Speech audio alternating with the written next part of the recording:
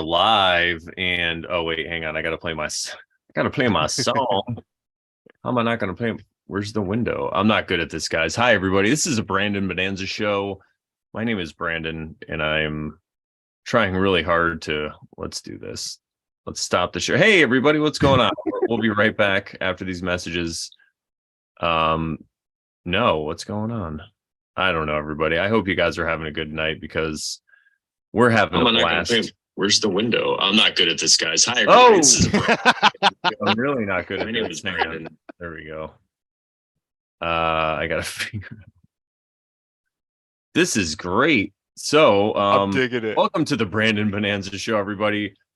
My name is Brandon. This is my Bonanza. We have a returning guest today I'm very excited about. And before that, I'm gonna read the quote.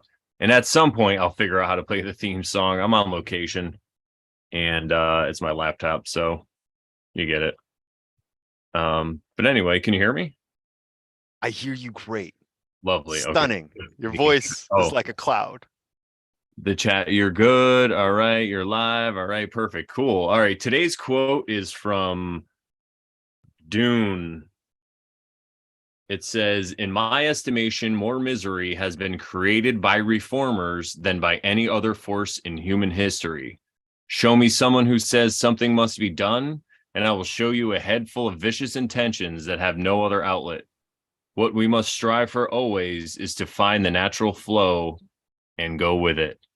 And I think that was Darwio Drade, but I'm not sure because I didn't put it down, but I'm pretty sure. And then the next quote is, all organized religions face a common problem, a tender spot through which we may enter and shift them to our designs. How do they distinguish hubris from revelation?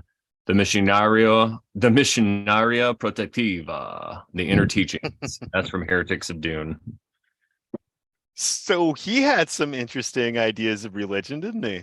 Yeah, man. And I just real quick point out that all of these religions that he had documented in the book, right, and within the fiction of Dune, there are all these different religions. Like you've got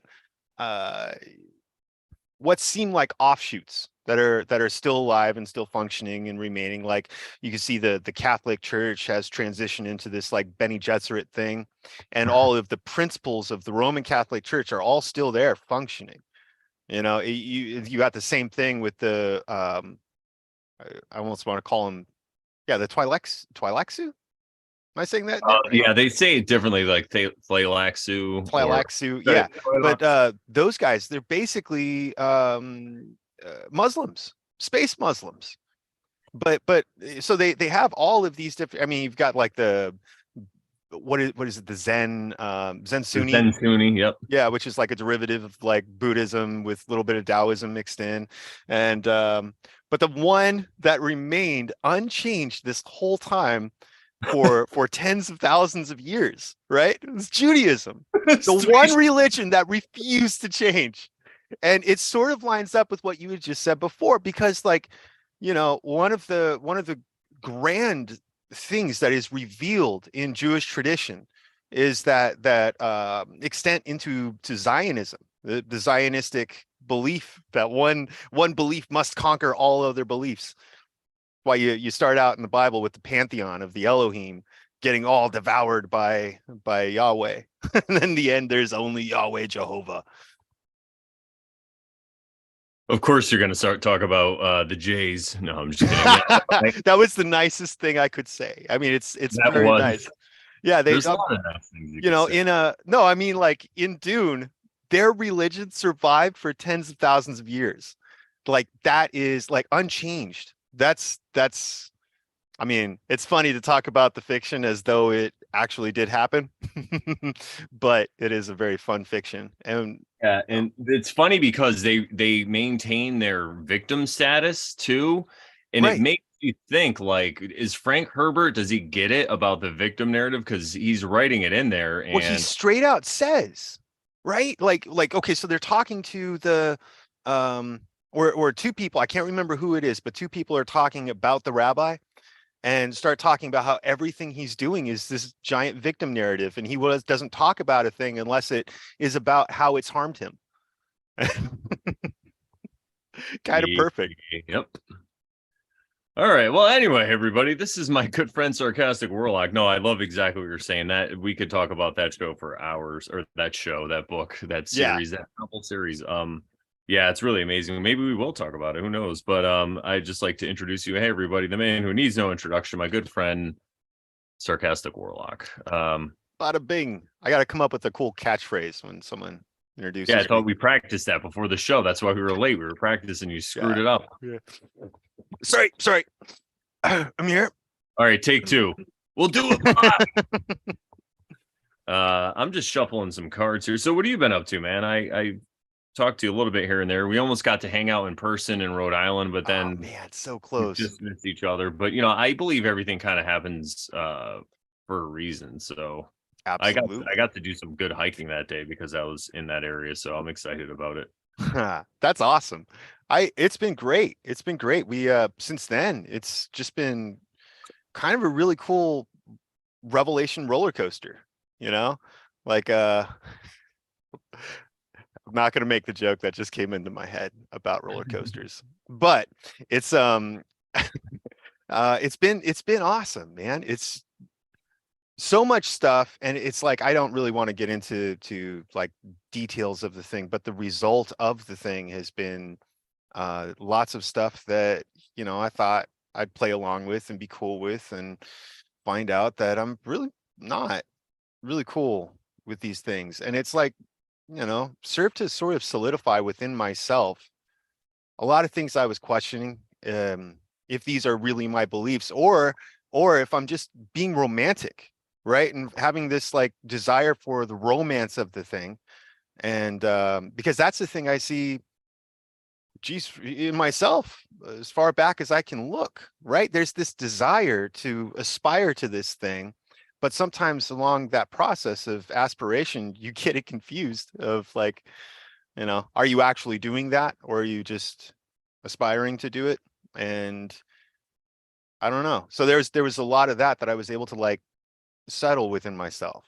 And that's been really exciting because it feels like a return to form, right? Like after death, kind of like a death happened. Right.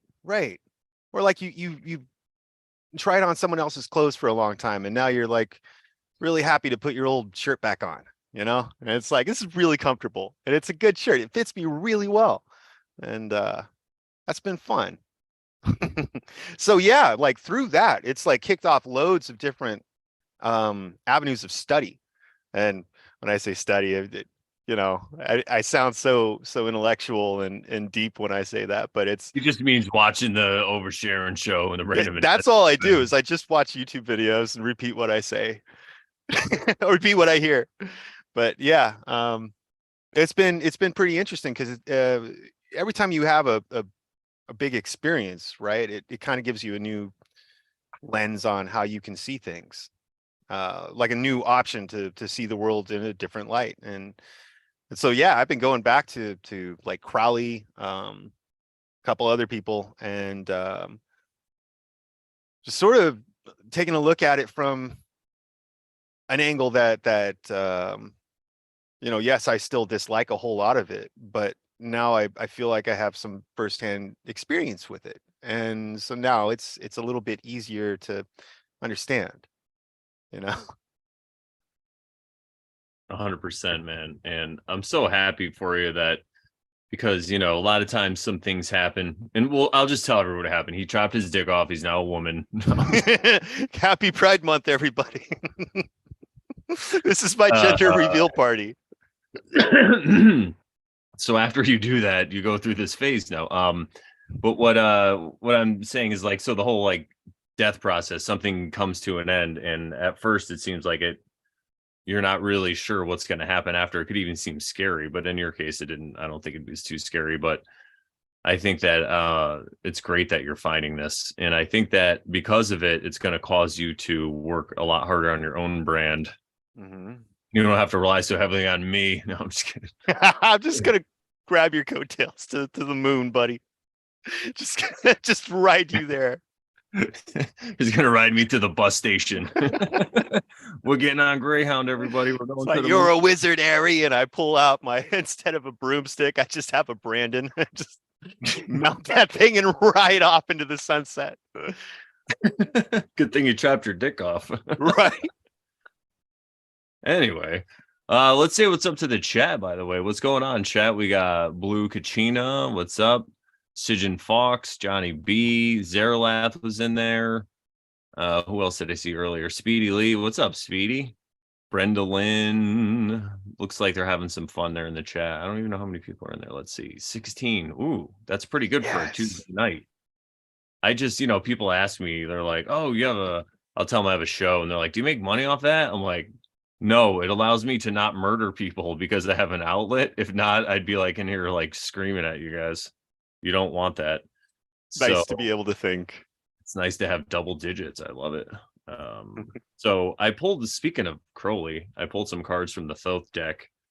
And the crazy thing is, Sharon and I did a podcast with Chance Garton that's going to be coming out this Thursday, everybody. So check it out. And spoiler alert, Sharon pulled this card because she had this deck.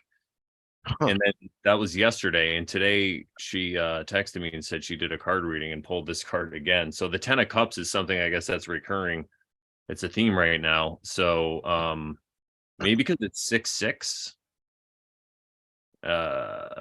Right? It's June 6th. Could be.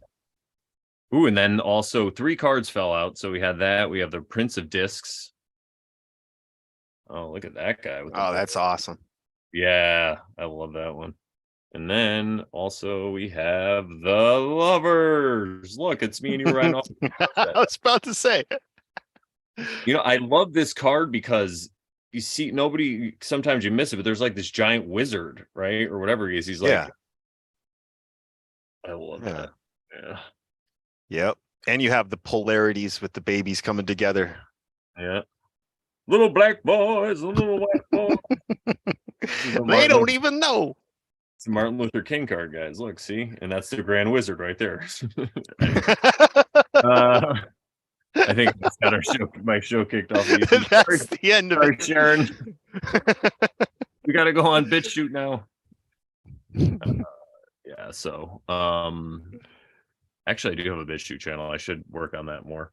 But yeah, so I'm glad to see that you're up to all these great things. I listened to your podcast. I should put a link. I'll put a link if anyone's there, or if you want to throw a link in the chat. But sorry, I keep wanting to say your first name. Sarkastik just released a podcast that was really good where he talked about Crowley and the Book of the Law and all that fun stuff. So what got you back into that? Like, I know you said like because of the whole like changing things and all that, but what was the inspiration or the spark?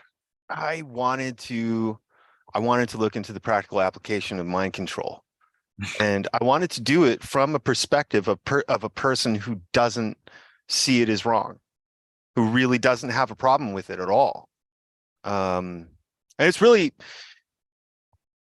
if you don't mind, I picked up this book. We were in Rhode Island, and I've had another copy on my shelf for a long time, but this one's really cool. In the back, it's actually got the handwritten manifesto of this, I guess. But anyway, there's this one bit. I just flipped it open one day, and so I'm sure I've talked to you, Brandon, about this, but do you remember that story I get into about Odin disguising himself as a wanderer, and he goes through the world and knocks on doors and pretends to be this wandering beggar and asks that you give him guest rights. And if you give him guest rights and treat him well and all this stuff, you'll never know it's Odin, but he leaves, and he leaves a blessing behind for you. And this is the same Odin that's linked to the Pied Piper story. So it's like he's kind of, he's iffy. He'll help you out, or he'll like steal all your children. But Good for him. Yeah, right. Don't mess around with the crazy guy who could control rats with a whistle. But he if you treat him poorly and you don't give him food or shelter or any of the things that's customary for a European to give his kinfolk or his folk that kind of service, if you treat him poorly, he'll curse your house. And so my attitude has always been with this story is treat everybody. I know the concept of the golem or the NPC has gotten to be really popular lately, and something that even I look at and like, yes, that is unfortunately true. However, you're never meant to know which one of these is Odin and which one is an NPC or a golem, which one is actually a worthless beggar and which one is actually a god sent to in disguise to trick you or test you. And so, I mean, like, to try to make that connection and force it and like, oh, I know which one. I could spot an NPC a mile away and it's because they talk about chemtrails or whatever it is, whatever you want to insert in there. They talk about politics and like, oh, then we can get all mad at the people who are all mad because I'm mad too. And I don't want to admit that I'm mad. But, you've got this going on. And I always had this perspective, right? Like treat everybody like they could be God in disguise because you have no idea. And then came across this. I just thumbed through the book, flipped it open, and read this at random. Let's see. That there are masked ones, my servants. It may be that yonder beggar is a king. A king may choose his garments as he will. There is no certain test. Right? That's what we were just talking about, right? There is no test. The king could put on any clothes he wants. And if I be a king, I could dress how I want, present myself however I choose to. And that doesn't diminish my stature. But then he says, but a beggar cannot hide his poverty. And there you go. There's another piece. But here's the real crux where it gets interesting. Beware, therefore, love all, lest perchance is a king concealed, so you say. Fool, if he be a king, thou canst not hurt him. Therefore strike hard and low, and to hell with them. Okay, so that got me thinking. That got me thinking about the I'm glad you brought this up because I wanted to get into this on one of my podcasts, but I couldn't figure out the segue to get there. But there you go. Yep. Riding your coattails again to freedom. All the way to the moon. 9/11, baby. But but anyway. So remember, guys, that what I'm talking about here isn't my perspective, but I'm trying to understand mind control from a perspective of a person who's completely okay with mind control. And so again, if we're talking about, Crowley here, he talks about how all of us who are not beneath the stars, that all of us who are this actual living soul, he doesn't use those words, but he basically draws this delineation between, the crowd and the hires. And the higher folk, however you want to validate that, he says are like stars in the heavens. There are these stars that are just set and they have their placement in the sky and they move all together in unison and they don't conflict with each other. They have their own specific place. And there are these wandering luminaries like the planets that we see. And those ones can go all around the place. They're individuated from the background of the night sky. But within that, each star, each true self has its own specific place. Think of it like threads in a tapestry. Every single thread within the weave has its own specific place. And a really good weave in a tapestry, you'll look at this thing and it'll just look right. And a bad one with threads out of place is one where you look at the tapestry and it's got these like stupid little knots in it starting to pill in places as things aren't laying down as they should. The threads are not where they belong. And think of reality as that tapestry that's built with each one of these things, each one of these people falling into their exact place, their required role, where they play themselves, they be themselves, and they do as they wilt. And How dare you? how dare I? Anyway, he goes on to talk about. Anyway, so from that perspective, can you unseat a star? Can you by force of will knock a star out of the heavens? Can you move it? You know, can you like cloud burst a star? No. And he draws the delineation between stars and those who are under the stars. And those under the stars are the children of man. It's something altogether separate from the understanding of one who's connected with his higher self and is on the above path, right? So going back to that, if you be a king, strike hard and strike low, into hell with them. What he's saying there is that if that man is actually a star, if he's not somebody who is under the stars, under the domination of the stars, the subjugation of it all, then in that case, you will never knock them off course. Everything that you do, just like what Paul said, God causes all things to work together for the good for those who love God and are called according to his purpose. And a lot of people have a lot of funny ideas about Crowley, but it's weird how often he quotes scripture, and it doesn't seem all that far-fetched. Anyway, it's a fun subject, and that's what really got me on it, is just trying to understand why someone would allow themselves to do stuff that I myself, in this ego, I find these things absolutely repugnant. And so, yeah, I figured I might as well look into a guy that doesn't find it repugnant and finds like pity. And again, the idea of pity, right? Like looking at a lesser man or a child or anything with this sense of pity in your heart. All you're doing is elevating yourself further. You're creating an even greater separation away from that thing, where the truth is that they are your children. Have fun and, treat them well.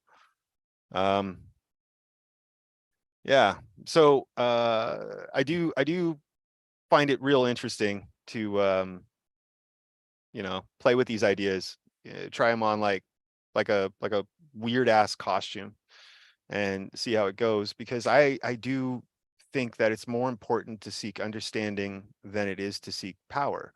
And Nietzsche was one of those guys who had a real problem with the idea of pity as well, like thinking that pity and wanting to protect and save the people who won't do anything to help themselves is pretty much the core of the loss of humanity that we're experiencing as we progress. And that was 130 years ago, before they had a welfare system. So I wonder what he would think nowadays. Would he just go, I told you so? I told you so. He'd probably just kill himself. He'd be like, I'm gonna come back another time. Yeah. I remember, Nietzsche lost his mind when somebody was beating a horse. It just snapped him. He couldn't take it anymore because he couldn't wrap his mind around the absolute disgusting nature of some humanity to really aim themselves towards digression rather than some sort of higher aspect. And but yeah, so I've been getting into Crowley, and I was joking around with my wife earlier, and this is one of my favorite, is probably my favorite book of all time. Nas, the Book of Resurrection by Miguel Serrano. Keep it up there. I'm gonna pin you. Damn it. And I know what I'm doing. There we go. The book. Oh, there we go. Yeah, I love this book.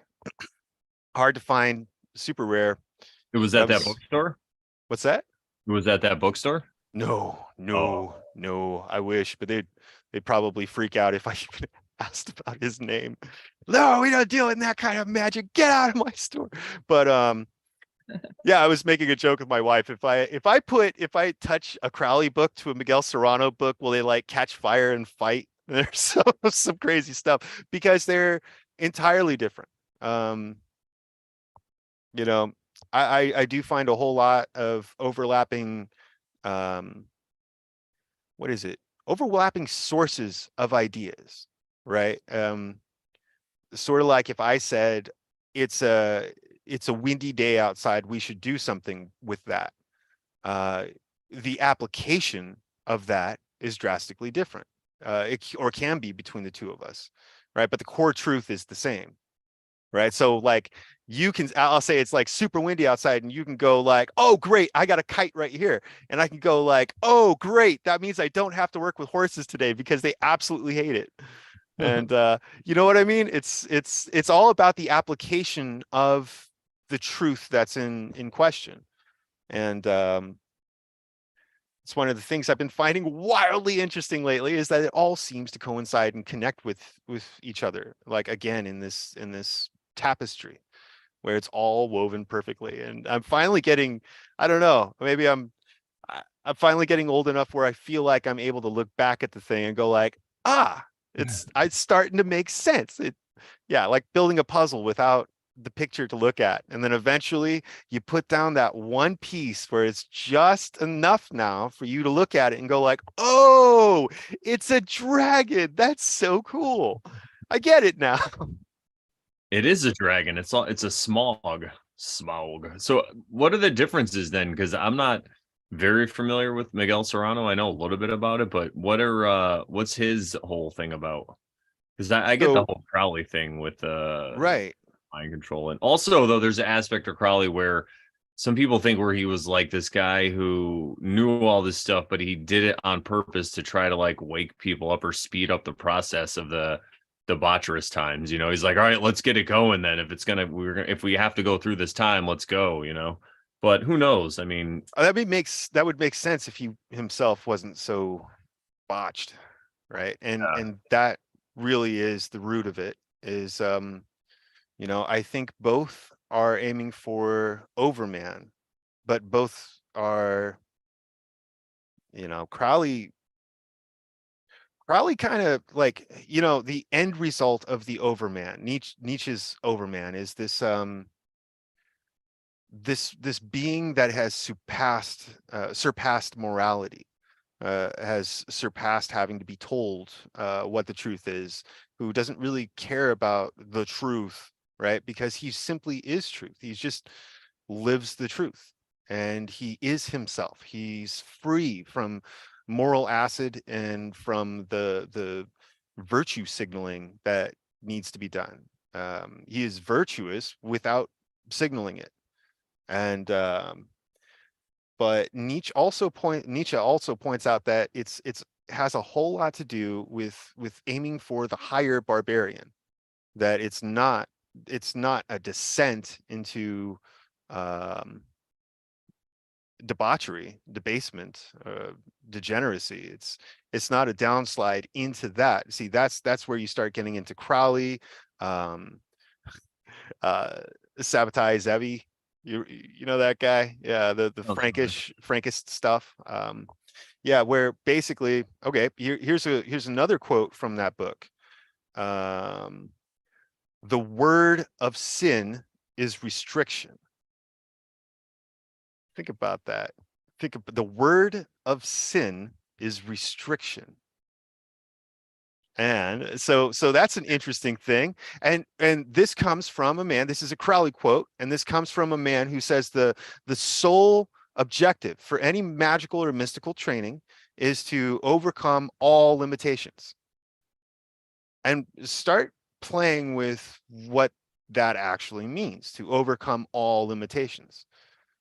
Right? Is it limitations that you're imposing on yourself? Is it limitations that society imposes? Because some limitations you might not want to overcome, right? And I think that you know, I'm kind of wandering here, but I think that the truth is that Crowley's right, that do as thou wilt shall be the whole of the law, and that is it, the end. Uh, and I think that if everybody simply does as they wilt, like if they are true to themselves and true to the core nature of their being, you do wind up with at least in a lot of them you get the overman, and in a lot of the other ones you wind up with the underman, the one who is unfit to rule. He's unfit to do anything beyond simply serve. He is the narrative driver, the golem, if you will, those under the heavens. He's the one who's there to just push the plot and not really make the plot, but to just push the plot that's presented. Whereas Miguel Serrano's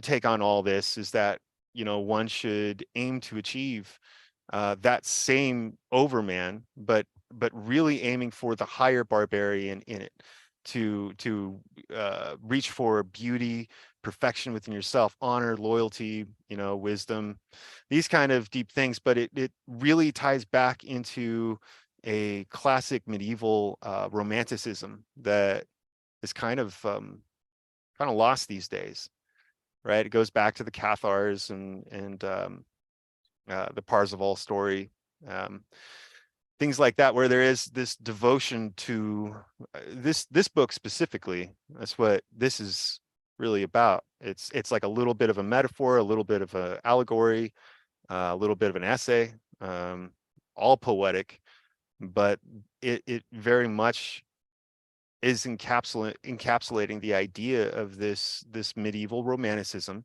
esoteric romanticism, where the lady is your supreme ideals, your highest self, your higher self, right?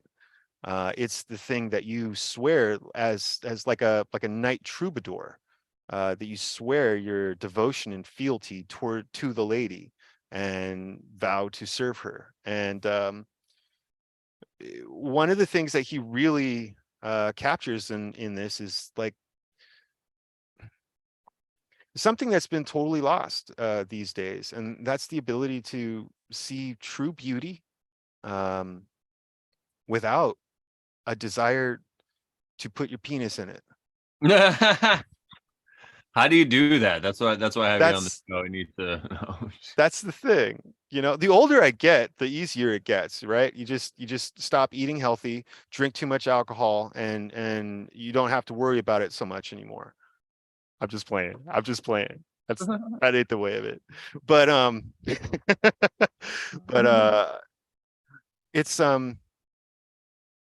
you know, you could blame it on whatever you want, but I think Crowley had the right of it when he said that we had entered a new age, the age of Horus in 1904, and the age of Horus is geared towards debauchery and degeneracy. But within that age, if you're able to capture the childlikeness within yourself, I remember when I was like 12 and I didn't really understand sex much at all, and I'd see like a beautiful woman and just I want to hold her hand. Like I don't know, I just want to sit with her. My mind wasn't like, oh cool, can we smash? It Yeah. wasn't anything like that. It had a sweetness about it and an innocence about it. And see, that's one of the things that I feel like is missing from a lot of spirituality today, is a lot of it suffers from hangovers from the hippie movement, where it's also free love that we come up with. We come across an idea and instantly it's like, well, can I have sex with it? You know, we don't stop to bask in awe of it. But anyway, that's what the lady in this represents, is it is the greatest beauty you will ever find, which is I mean, imagine if you were if you will, imagine taking all of your favorite virtues, and all of your favorite loves without passion. So like courage, honor, wisdom, clarity of thought, decisiveness, and you were to create a say like an imaginary girlfriend out of this thing, an imaginary goddess is even better, right? Imagine like Athena with a sword and shield and just radiant in her splendor, and attribute all of these things to her, and as she becomes this thing, the less the less you're going to want to actually bang it, right? It comes with what is an unconsummated love, a love that is so deep that you don't want to consummate it. Like you want to, but it's not like it's almost like if you touched it, you would defile it. And I mean, it goes back to the Taj Mahal, the old story of the Taj Mahal and why it was made. You know, the legend says that the king had a wife who was so beautiful that he didn't want anybody in the world to see her, and so he built her the most beautiful palace he could ever consider, and placed her there. And it's a different kind of woman, isn't it? Like that can be okay with that. Like this is the kind of woman who, you know, the thought of her having to like sit down and pay bills, or go do her own grocery shopping, or, you know, having to do her own laundry is just unseemly, right? Like I consider going to the White House and finding the president, you know, washing his own clothes in the sink. It's like, dude, would you have somebody who could do that for you? You shouldn't be doing that. That's weird. I don't want my king doing that, you know, or president even. But but you know, part of this experience is getting to the point where you can actually have a hold of value that is so high that you're afraid of defiling it with your own touch. And see, we've seen all through history that level of commitment between, like, say, a troubadour or a knight to the lady, right? There's that old exchanging of favors, right? Before a tournament, you know, the knight would drive by and the queen would bestow a favor on him, like a handkerchief or a flower or some sort of memento, right? That would be endowed with her just love, which isn't a passionate love that comes. It's a deep love that is beyond that. It's something more akin to tantra. I Than was just thinking that. Whoa. Yeah, it's that. And so imagine being able to capture a tantric love for your ideals that were given to you. You know, that you were, see, we're created in God's image and in his likeness. And but look at us, right? Like me and you, we've both got beards and long hair, but beyond that, we don't look that much alike, you know? But we're all created in God's image. So how does that work? You know, I think that we all are created in God's image and given these specific aspects which mirror specific pieces of God's image, because no one man can carry it all. And so you know, imagine being able to see all of those things as that are within yourself, those highest attributes that are of God's image, and making those your lady. And you know, like I was saying, through history, we've seen over and over the devotion that a muse like that can spark. Um, every great work has a muse behind it at some level. Yeah, 100%, man. I totally agree. I love that idea because it's I think, in like you were saying, in this age, is everything is just so debauched, you know. And again, it's just the time that we're in, so it's not like a judgment, or I'm not like feeling sorry about it. Like Yeah, I no, love that concept of not having pity, because I keep trying to see. I don't. I look at everything like it's a big cosmic joke. Because I feel like God's a comedian, but that's He just is. how I look at it. And then I also sometimes think to myself, am I just like using that as a defense mechanism? But it's a damn good one if it is, I guess. But that's Well, he kind of made you, so it's what's clearly that? a comedian. Yeah, that bastard. So that's how I just look at everything like, I really like the law of one, how the law of one puts it. And I know it was channeled work. So people sometimes like, oh, they have a question. What isn't a channeled work? Yeah, that's what I'm saying. It's all the same. Yeah, I look at it just like allegorically what it could mean in the way that they talk about we're just here to raise consciousness and all this stuff. I feel like it's all part of that. So in the end, there's another side where we come out and we're kind of just like, wasn't that fun? Like it was like a video game, kind of, not like we're in a simulation or anything, but just that idea of that. And that's why I'm trying to just enjoy it while I'm here. It's like, that's what I was just Sharon and I were just talking to Chance Garton, and that's going to premiere this Thursday at 8:33 p.m. everybody, so check it out. It's a great episode. I uploaded it today.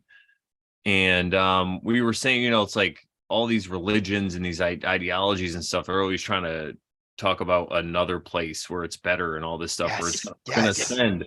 Like, what about right here, dude? Like I was saying, I don't, because he was talking about the media and how a lot of people don't jive with what's going on. So everybody thinks the world's going to shit and everything's terrible. It's because they watch the news and they watch the movies and all this stuff. But I was like, dude, I go for walks in the woods all the time. So world's great. I mean, you should see all the growth. Yeah, you know what I'm saying? Like, it's so amazing. And there was like an owl out there, and I saw a rabbit, and like, I went hiking with Sharon. She came up to New Jersey. She came over to visit her man, Cody. Shout out to Cody. I'm not sure if he's in here. Sharon, tell Cody we're live. Tell him what the hell. Sharon's in there. What's up, Sharon? And we saw some vultures. And since we were up on this Connecticut-sized mountain, what I call it, so it's not huge, but they were right above us. And then they flew out, and there was a ridge. We were on this like cliff, the top of this cliff, and we could see them. We were over them, so we got to see the tops of them, which you really never get to see with vultures. I'm like, wow, this is amazing. But some people, instead of looking at that, they're looking at their screens, and it's like a school shooting or fucking, I don't even know what's going on anymore. I heard, didn't they crash some buildings with planes or something? I heard about that. Way back. And then like building 7 got tired. Well, yeah, what about laid down? I heard the real juice is building 8 or something, 6. Yeah, that's the one. Man, that's the one that gets you kicked off of YouTube. So anyway, shout out to the chat. What's up, Sharon? We said what's up to her. Hey, Adrian, what's going on? Good to see you in here. We got Val L. I'm like, yes. PK was trying to talk about me and Mr. Mustache, but this is YouTube, PK, so we just we keep the jokes coming. Trust me, we all get it about history. The more that I learn about history, the more it blows my mind. And in that Chance Garton episode, I realized that the burning of Alexandria was probably like a good thing. Well, that's another thing. Do you think the burning of Alexandria actually happened? I mean, I know people who like, people who seriously question the entire Civil War narrative, like the entirety of the Civil, and we're only talking 150 years ago. So the Library of Alexandria. If you can't be cool with like 150 years ago, then the idea that he proposed was that the Library of Alexandria, that's all, folks. The Library of Alexandria was actually like a college, like one of the first colleges. Yeah, and all these crazy ideologies came out of it. So yeah, it probably wasn't a literal burning, but maybe somebody saw what they were doing and was like, let's burn this fucking place down, and did. Yeah. It was a good thing, and now it's like, no, they were the bad guys that burned it down. Well, real quick before we get too far, I love what you were saying about that. What's that? I love that Civil War shit too. I'm totally on board with that. Yeah, it's interesting, super interesting. We'll come back to that, but yeah, Thomas Jefferson, way the hell back. He says, I gave up newspapers and replaced them with Tacitus, and now my life is incredibly happier. That's not a direct quote, but close enough. But yeah, he just replaced newspapers with Greek philosophy. And it's like I'm not reading newspapers anymore. Newspapers are great for when you're painting and you want to put them down on your table, if you need something to start a fire and get it burning. Yeah, but other than that, I wouldn't recommend them. But I think that I was just talking to somebody earlier today about how I think one of the most harmful ideologies that one can adopt into their own esoteric worldview is this idea that, and this is super popular. Brandon, my poor friend, every time you have me on, I end up talking about the most unpopular stuff. But here's another one. Listen, as long as I'm interested, I'm just going to show it. Look, everybody, check out my moonstone. We're going to bring some good energy in here. Hell yeah. Pro on top now. Evil energy. Here we go with my evil energy. That's just going to deflate everything that everyone ever hopes for ever. I think that I think the worst ideology you could adopt into your esoteric worldview is this belief that somewhere out there is a magic ascension. There is a magical heaven. There's some sort of rapture coming. There's some sort of cosmic ascension going to take place at some time. I think that these ideas are literally the most harmful thing that you can ever include in your spiritual path, because it sets you up always waiting for the next thing, always waiting for the next thing. And what did Yoda tell us back when we were kids? Always with his mind on, never with his mind on where he was, what he was doing. And like that's the thing. And we've known this since we were kids, thanks to Yoda, but we still for so long buy into this stupid concept that there's going to be something else, something greater. And you have no reason to ever believe that. And there's no reason to ever see this mundane material reality, demiurgic controlled nature and all this stuff. There's no reason to ever look at this and not say to yourself, this is the most supernatural thing that can ever happen. Like, has anyone ever, people waiting for the magical ascension? You've ascended. You're here. You can wipe your own butt. You can do anything you want. You don't even have to wipe your own butt. You could do anything. But I'm going to text Bear Pelagic really quick and get him in here. He's going to love this. But yeah, that's what I think that's the biggest harm that you can do, is to overlook the actual real supernatural implications of just simply living a life. And like you get caught up. End the show right now. All right, that's it. Good night, everybody. Yeah. No, so 100%. Many people they get completely caught up in what because here it is, dude. People show up like, hey, I'm going to sell you a ticket. You want to buy a ticket? I'll give you a ticket to heaven. You can ride on the magical heaven train and everything will be sunshines and rainbows once you reach X point, right? And there's always an X point, right? Where this point of ingress, right? Where all of a sudden everything is going to be different. Now you're going to have this magical personality and a whole different point of view and all this kind of stuff. And, for some religions, it's like when they die. And for some, it's like, when you hit the 90th degree, free Egyptian Jew or whatever some secret order is. But there's like this expectation that at some point it's going to progress to this level, and now everything is going to be better or okay or bearable. And what they do, I mean, Nietzsche talked about this too, that like, this is why the good cannot create anything. In fact, it destroys everything that is new, because it says that there will be no other but us all the time. And it's unbelievable to me that even I myself in my own mind got caught up in this thinking for the majority of my life, waiting either for heaven or the rapture. And then once I got done with all of that, right? Then there was more. You know what the next one is? You know what the next one is? I found out what the next one is. It's the collapse. That's Yeah. the next rapture. It's the collapse, the impending doom of collapse that'll come.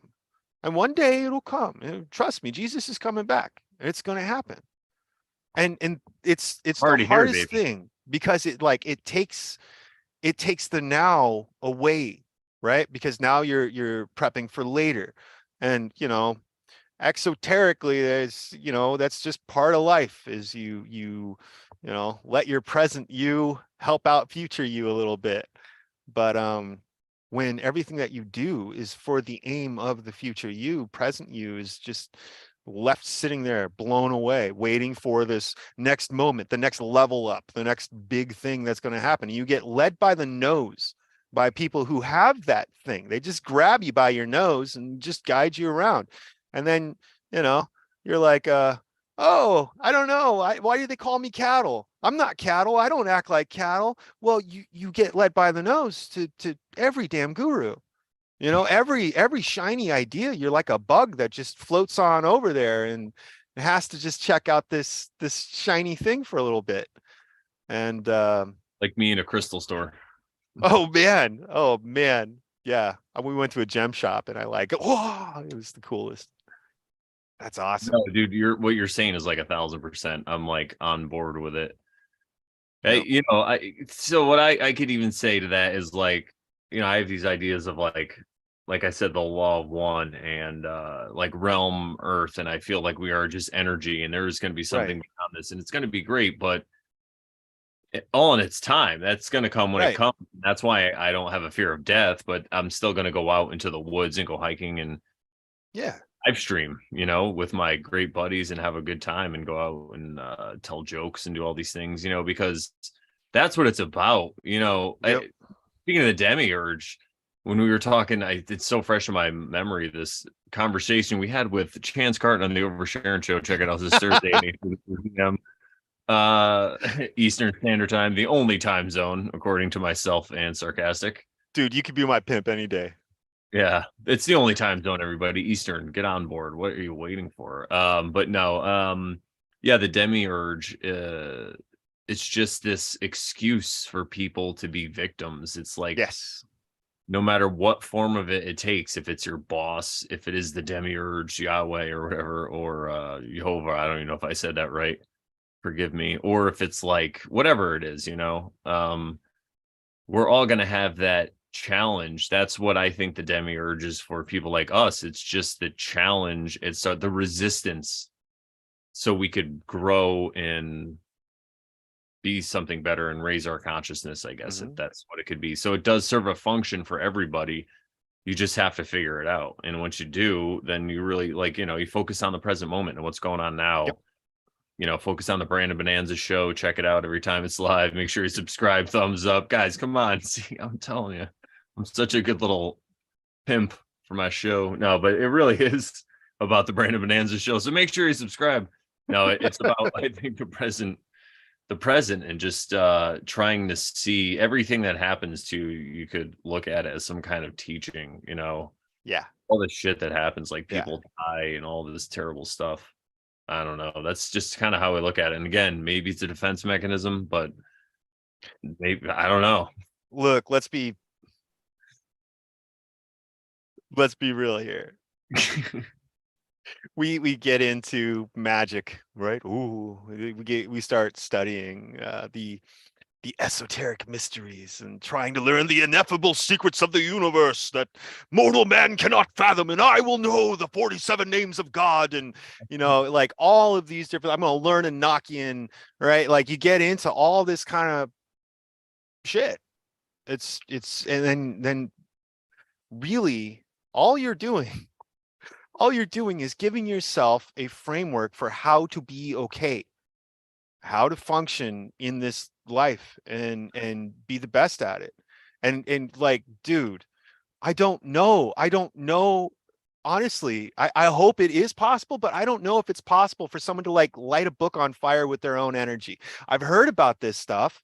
I've heard about it, but again, it feels like another carrot, right? Doesn't it feel like a carrot? Like one day, if you just try hard enough, you can get to the point where you can have this kind of like, if you just get your kundalini up high enough, then it'll touch your crown chakra, man, You could and all of a jizz all sudden, over the place. Oh, oh sorry. man, when my kundalini woke up, oh man, talk to new age women about their kundalini awakening experience, and like, I swear to God, you'll wish you hadn't. I don't think I'm allowed to now. I'm in a relationship, so Yeah, no, that's the thank thing is these God. people, they all think it's sexual. Anyway, because again, there is this ascension moment, right, in sex, and they're so hyper focused on that ascension moment that they miss all of it. Anyway, I completely lost my train of thought, but I know we were talking about the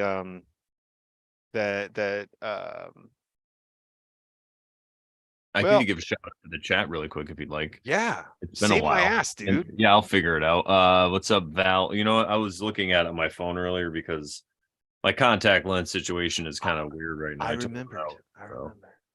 Yeah, well, I took one out because it was irritating me, but I apparently now I can't see. But it's all right. I could just look like I'm like 50 Yeah, just get real close. years old. Ah, It's a nice breeze going this on. is This a good great. YouTube chat today. You guys like this? We're gonna talk about people walking on our lawns and us getting mad about it and yelling at them. Get off my lawn! All right. So Blue Kachina says, "Bada bing." Val says, "Well, if there's a school for it and I take some year, I'm in." Oh, maybe I should have read more. I'm great at this. Oh man, hilarious. So anyway, yeah, shout out to Val. Sharon's still sticking around, even though I know she has to go get milk. Thank you, Sharon. Nice. Joe, my friend Joe, that's what I was gonna say. Joe P, who's been on this show. He's gonna I know love Joe P. Yeah. He's gonna love this episode because this is what he kind of talks about. It's like this whole idea of like Masons and all these people who want to save the world. The great work they call it or whatever. It's like, yeah, you're trying to fix the world. What are you doing? Didn't you read the Tao? The world is perfect. what's wrong with it? Yeah, It's see, it's that perfect. Zionism thing, right? That need Well, to yeah. force perfection. In That's what they call it on BitChute anyway. in Judaism, they have a specific name for it. It's Tika Olam. It's the bringing of the light to the world, and through that, the entire world is radically changed. But yeah, But man, it's there. Go ahead. Yeah, well, some of these ideas, you know how we talk about hidden occult knowledge and all that kind of stuff. Well, I've been studying it for years, and I finally understand why it's hidden and why it should be hidden and why that's a really good thing. And there's been a lot of like whistleblowers, you can call them, these occultist whistleblowers who, study this thing, they read the book of the law, and they're like, "Oh, do as thou wilt." Oh my God, that's repugnant. And that does that mean I could just have sex with goats? And we're like, well, is that really what you will? Okay, I mean, if you will that, shit, all right. That's the first thing you thought. Okay, I guess you can then. I mean. But that's what this is one of these ideas. See, every religion has the outer religion and then an inner religion, right? And this is like, you can see this in Mormonism, right? Anyone can go to a Mormon temple and see the Mormon religion in action. You could join up and you could be part of like a member of the outer church. They don't call it the outer church, it just is. You want to be part of the inner church, you better take off to Salt Lake or somewhere where there's like a real establishment there where they can include you in on the esoteric secrets of the religion. right? And it's the same thing in Christianity. Every one of these, even in Protestantism, every one of these sects, denominations, they each have their own inner and outer religion, with the real vast different esoteric views on the on both fronts of these things. And so one of the, you know, on the outer religion side of things, like let's take Christianity for instance, you have the outer religion where everything is it's the Sunday school lessons. It's the Jesus died for you, the stories of the flood and all these sort of Sunday school kind of teachings, right? They're going to teach you how to be a decent person. They're going to really focus on trying to, teach you simple things like love, you know, submission and devotion to God. There's going to be very basic lessons like that. But then when you start getting into the inner teachings of the religion, you come across some very different things. You start getting into like, Jesus saying, no man takes my life from me, but I lay it down. I choose to lay it down freely.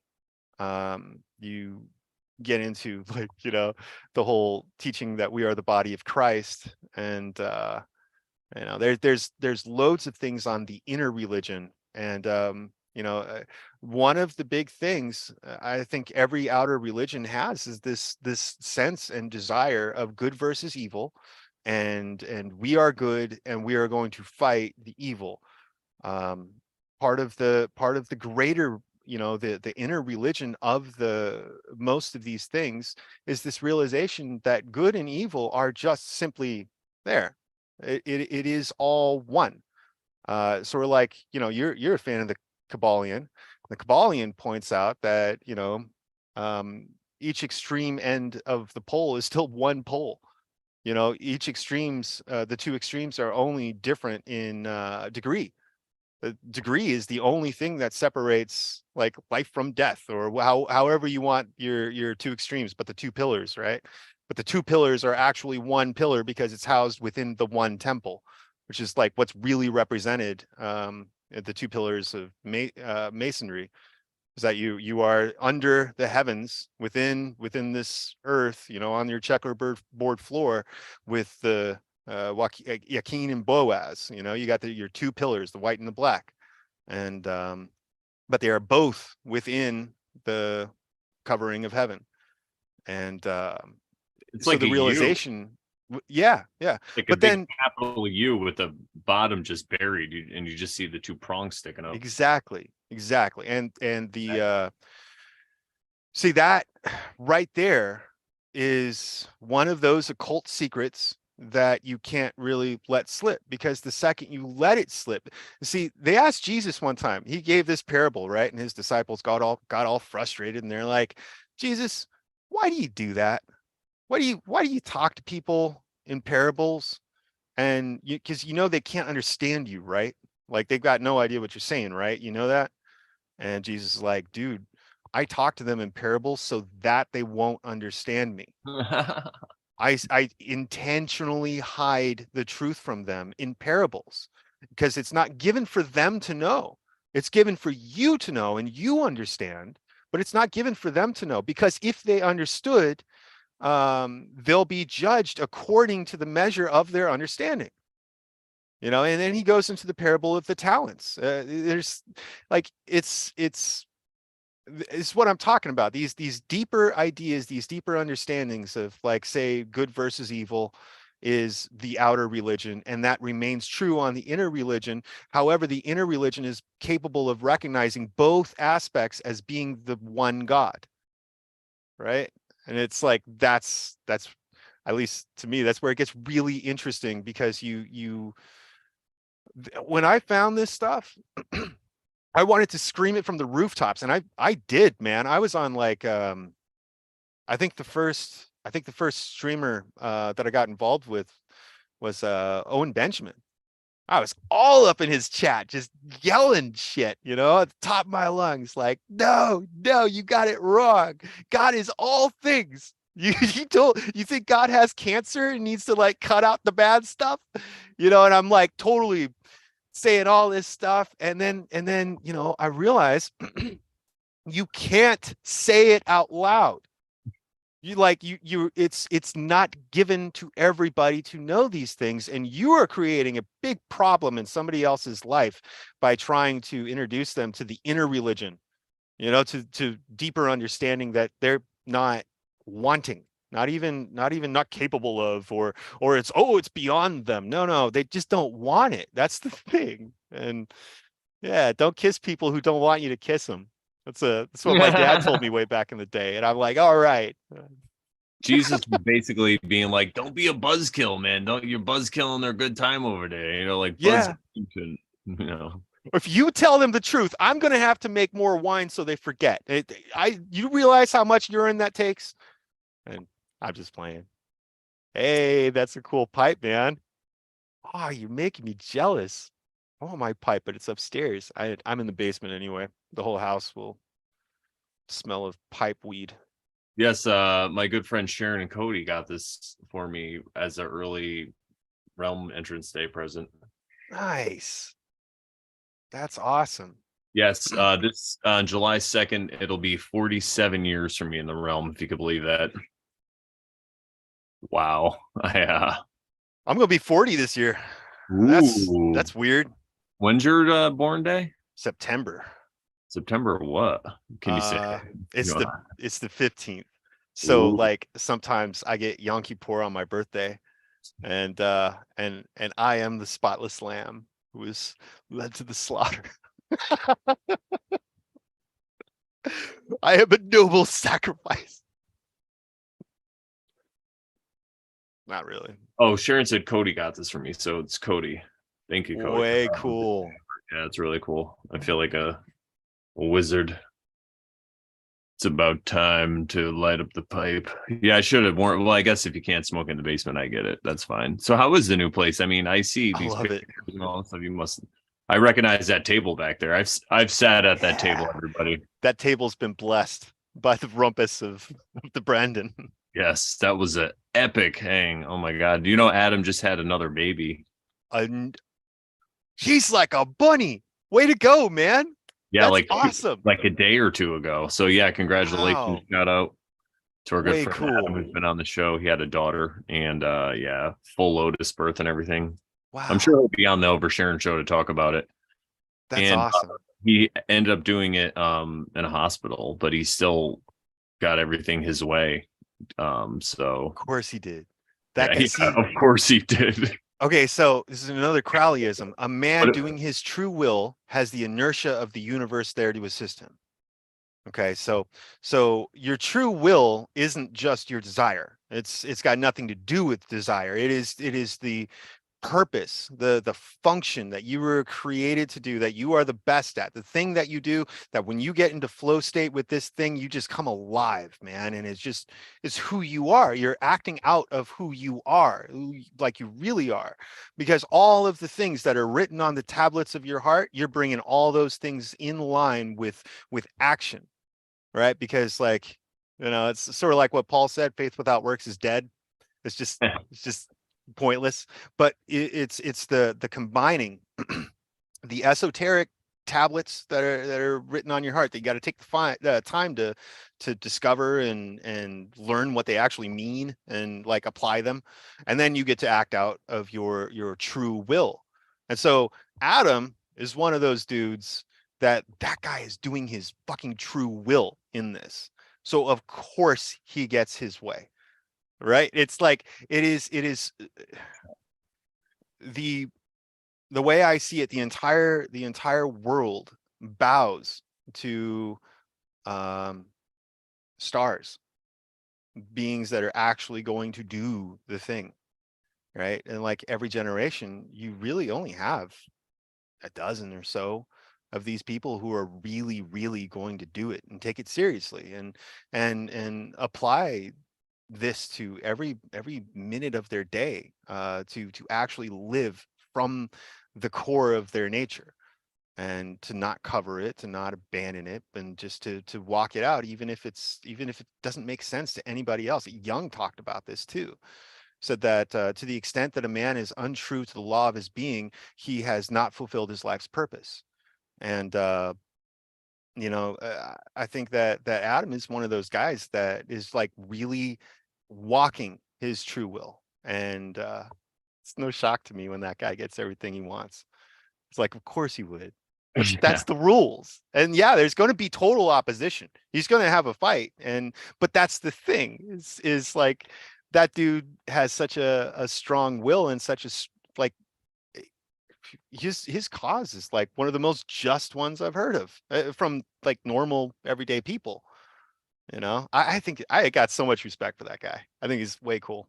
Yeah, he's killing it. He's just there to do his thing. It's great. Yeah, so I'm really happy for him. So shout out to him. And I'm really happy for you guys. Your new spot. You seem really happy, and I'm hoping You're gonna love it, dude. It's can't wait. it's beautiful. It's really, it might be one of the most, well, it is one of the most, but it might be the most beautiful place I've ever been in my life. And I live here. And every morning I walk out all groggy eyed and I'm like, oh, God damn it, I had to wake up again. And I walk outside and I sit down in a huff and grab a smoke, and I'm sitting there and then I look up and I just it all comes into focus, and I got this amazing forest. Dude, lately I've been going through some mild stuff lately, and I'll go outside and I'll I'm kind of down in the dumps for a little bit, and every single time there's either a butterfly or a cardinal will just show up out of nowhere, and just like I'll look up from thinking, and there's a cardinal just sitting there staring at me, or there's a butterfly sitting on my foot, or something really cool that feels like, I don't know, it almost feels like my land can give you a hug, and I love it. I love it here. I love it here. And yard work, for instance, has taken on an entirely different role in my life. Like, it used to be a thing that I absolutely dreaded, and I hated it more than anything in the world, was having to constantly do yard work. But now I do more than ever, but it's got this sense about it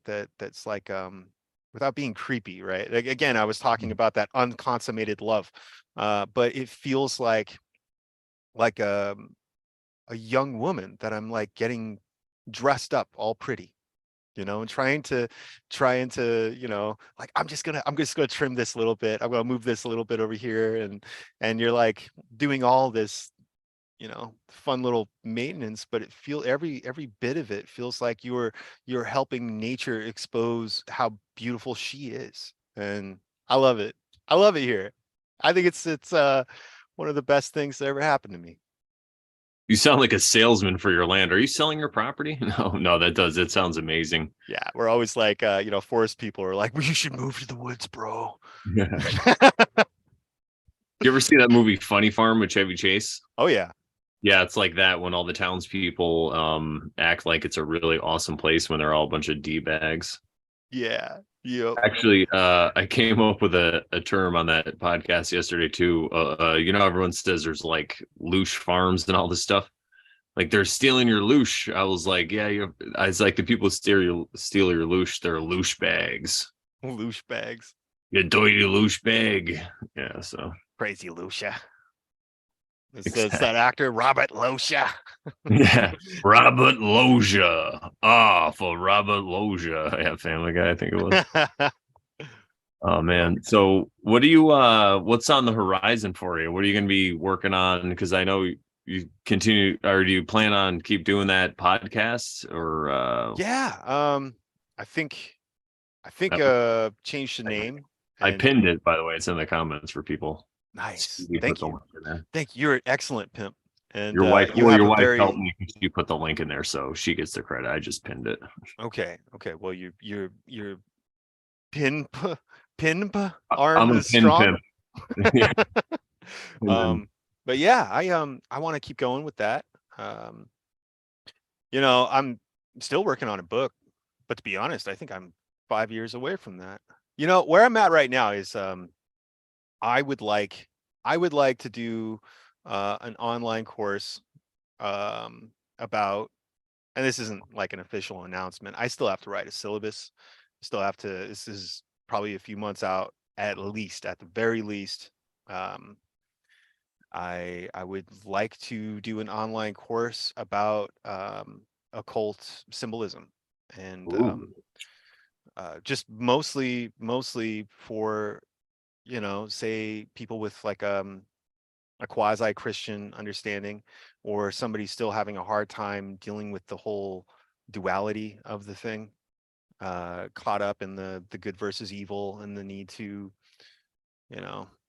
dominate and make your will and enforce your will onto the world, make the world look like you.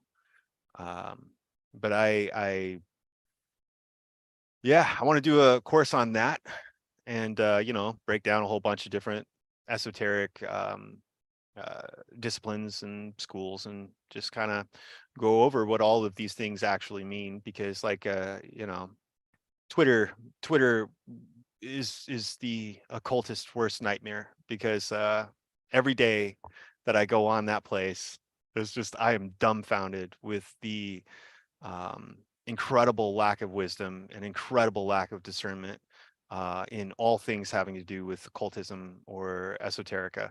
It's it's like the mindset is purely, how can I take this? How can I take these words or this symbol and make it disgusting?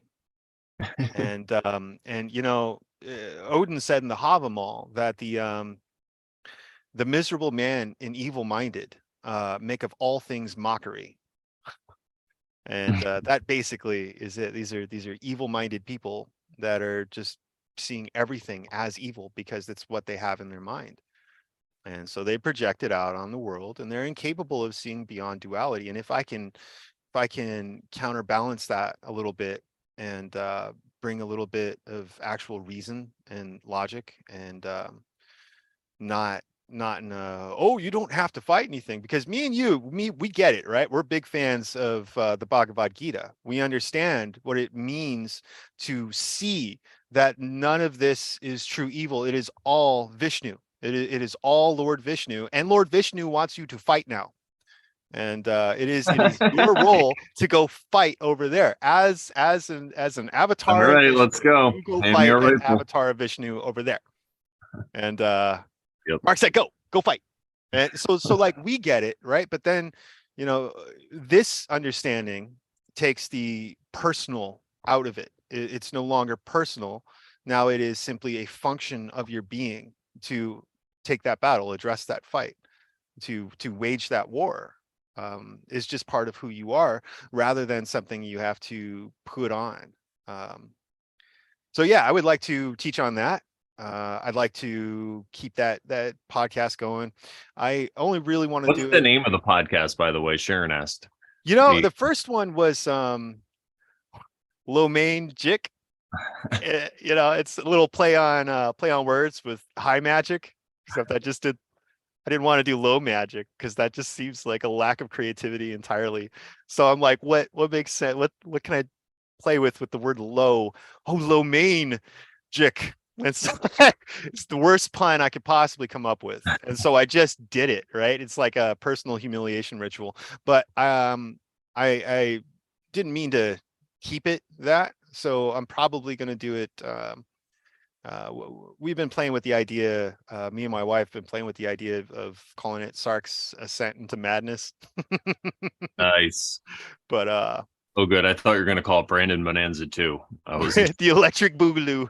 exactly. The better boogaloo. It's the Electric Boogaloo universe. That's our new Yep. theme. Oh Yeah, man. 100% more assault rifles. Awesome. Well, we'll keep everybody here posted on what goes on with that. So yeah, that's awesome though, man. That's a really good idea. I think because like we were saying before, you're not supposed to shout these ideas from the rooftops. And I actually had more to say on that too, but I kind of lost where I was going with it. But I wanted to say how We're the worst wizards, man. I know. You bust out the pipe and it's all over. Unfocused wizards. How does that work? Yeah, exactly. Oh no, I just turned my cat into a rabbit. Uh-oh. Yeah. Chaos magic. Yeah, right.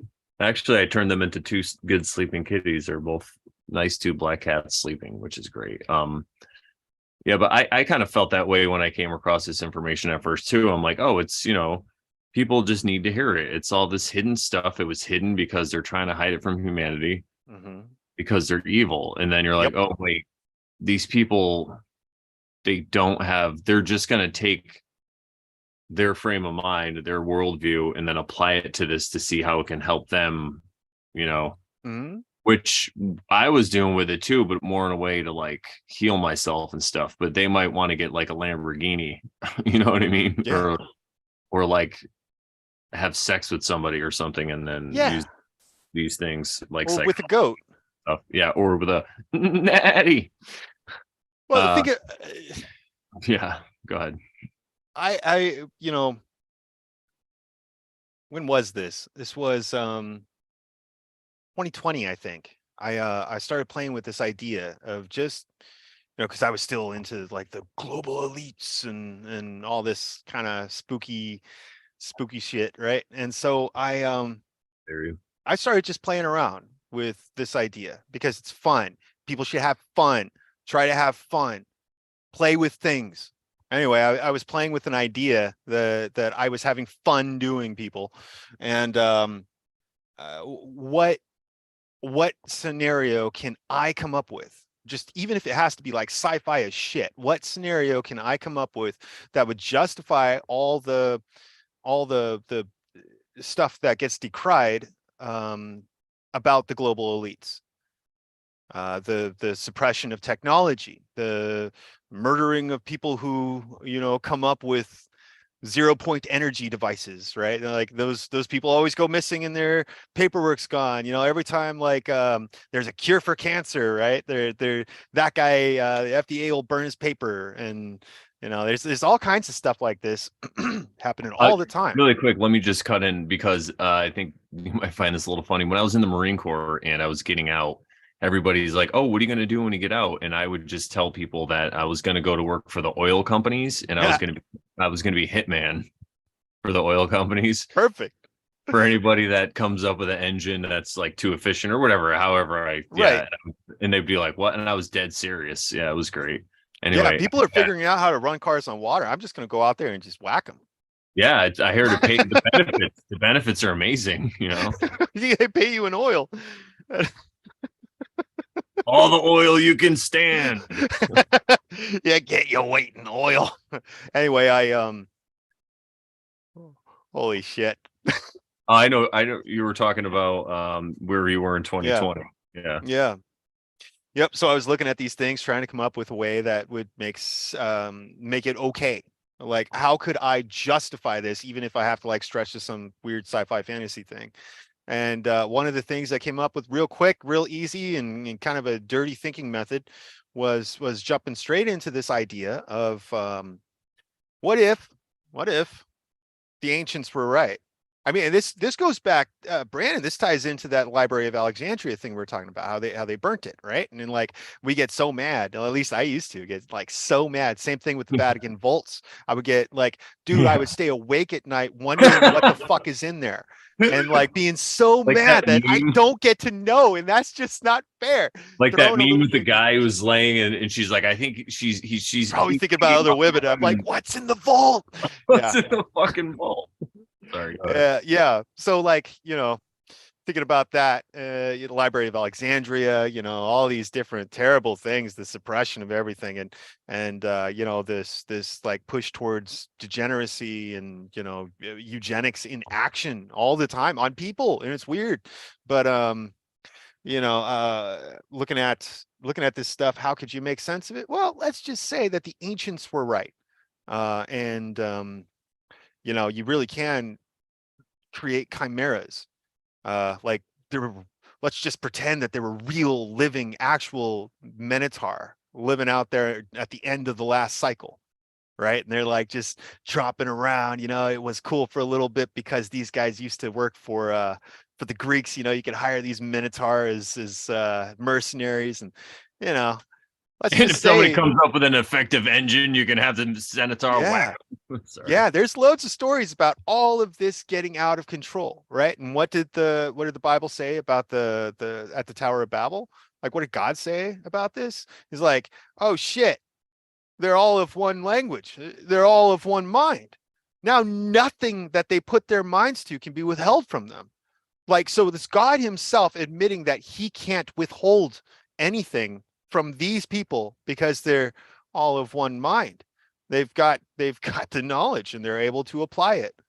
And then he collapses the whole tower and, you know, creates all these different fragmented languages and people can no longer understand each other. And like, yeah, it's kind of hilarious, but you know, take it a little bit, you know, down the road, and you wind up with this global cataclysm.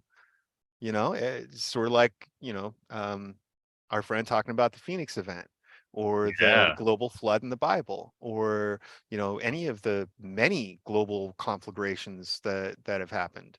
And I thought, what if the elites, what if the Jesuits, the Jews, the Masons, what if all these people who we're told are the worst people on the planet, what if they're actually aware that if all this stuff hits a certain point, there's something out there that's going to hit the doomsday button. And then the fact that I was able to come up with that idea, and I'm not saying that that's the truth of it, but the fact that I was able to come up with the idea to provide a benefit of the doubt, you know, which isn't even that far-fetched in my own crazy brain. That's not all that far-fetched out there of a thing. Um, the fact that I was able to have that idea and go like, you know what, that would be an acceptable reason to, you know, I can see somebody deciding that it would be important to constantly keep things in the dark, to ensure this constant dark age, right? Where it's not a dark age as far as like evil, right? Or maybe it is, but the import is on the dark age of the knowledge to ensure that humanity never reaches a certain point, like that whole singularity thing that we talk about, right? To keep mankind out of that singularity event, because what if there's like some giant reset when that happens? But I'm not saying that that's the case, but coming up with that as a way of considering this really gave me a big huge perspective change, because it opens up so many different avenues of thought. Because what if you can take that thing that you think is the greatest enemy of all time and find a way to alchemize it and see it differently? And I mean, to me, being capable of seeing something differently than you currently see it now is magic. It is the root, it is the source of magic, is being able to change, to see a thing and change your own perspective. Like, think about how absolutely fascinating it would be to have an AI who can update itself and make corrections to its own thinking, right? And that's basically you. You are that. We are that. We're capable. Like, if we actually apply ourselves and apply will, we're capable of forcing ourselves to see a thing from a different perspective. And sometimes it's not pretty, sometimes it's not fun, but it is one step closer on the path of actual understanding. And I don't know. Seems to me that most people really, they want action over understanding. They don't understand. They just see a thing and they're like, hey, somebody's got to do something about this. And then just, you know, just like you know, in the Bible, David found out about the Ark of the Covenant and he wanted to bring it to Jerusalem. He's like, we got to bring this thing here, get it out of storage, bring it here. So they loaded it up on a cart, which is like the unprescribed method of carrying this sacred relic. Loaded it on a cart and had it pulled by an ox. And then so they hit a bump and the thing teetered a little bit. And some dude reached up to try to steady it. And like, you know, don't let this giant golden box fall and break, you know? And so he reaches up to steady it. And as soon as he touches it, whap, he's dead and just dies right there on the spot, because you're not allowed to steady like this sacred thing. that is representative of the heavens and all that is under the heavens. You are not allowed to touch the thing to steady the thing. You know what I mean? You need to stop and understand the prescribed method of moving the thing. There's a whole, there's a whole what is it? Action plan for how to transport the ark that needs to be adhered to, lest you wind up dead in the process of doing it. So, yeah. Anyway, it's my wild kind of nightly just ramble. can't be touching that awk. No, Yeah. I love it. What was I gonna say? I get so I feel like I'm watching a podcast and I'm like, oh shit, it's my turn to talk now. What was I? Yeah. I was so deep in it. Yeah. Well, let's just give a shout out to the chat while we gather our thoughts.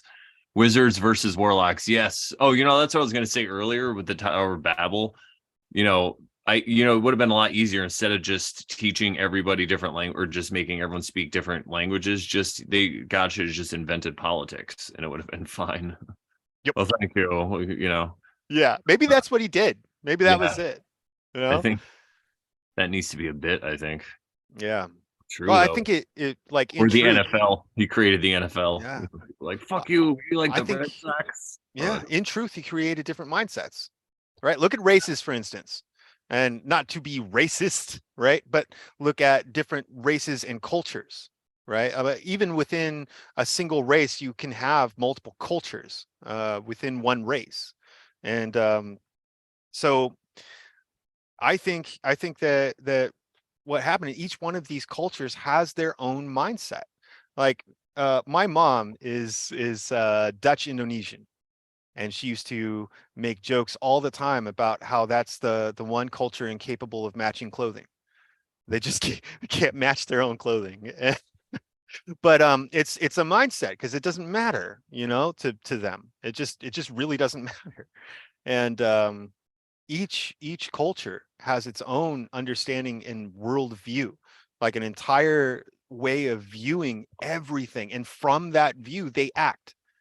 Like the Jewish worldview is radically different from, say, the Indian worldview or the Hindu worldview, but the actions that any person takes is going to be based from the starting point of that worldview and reaching out from there.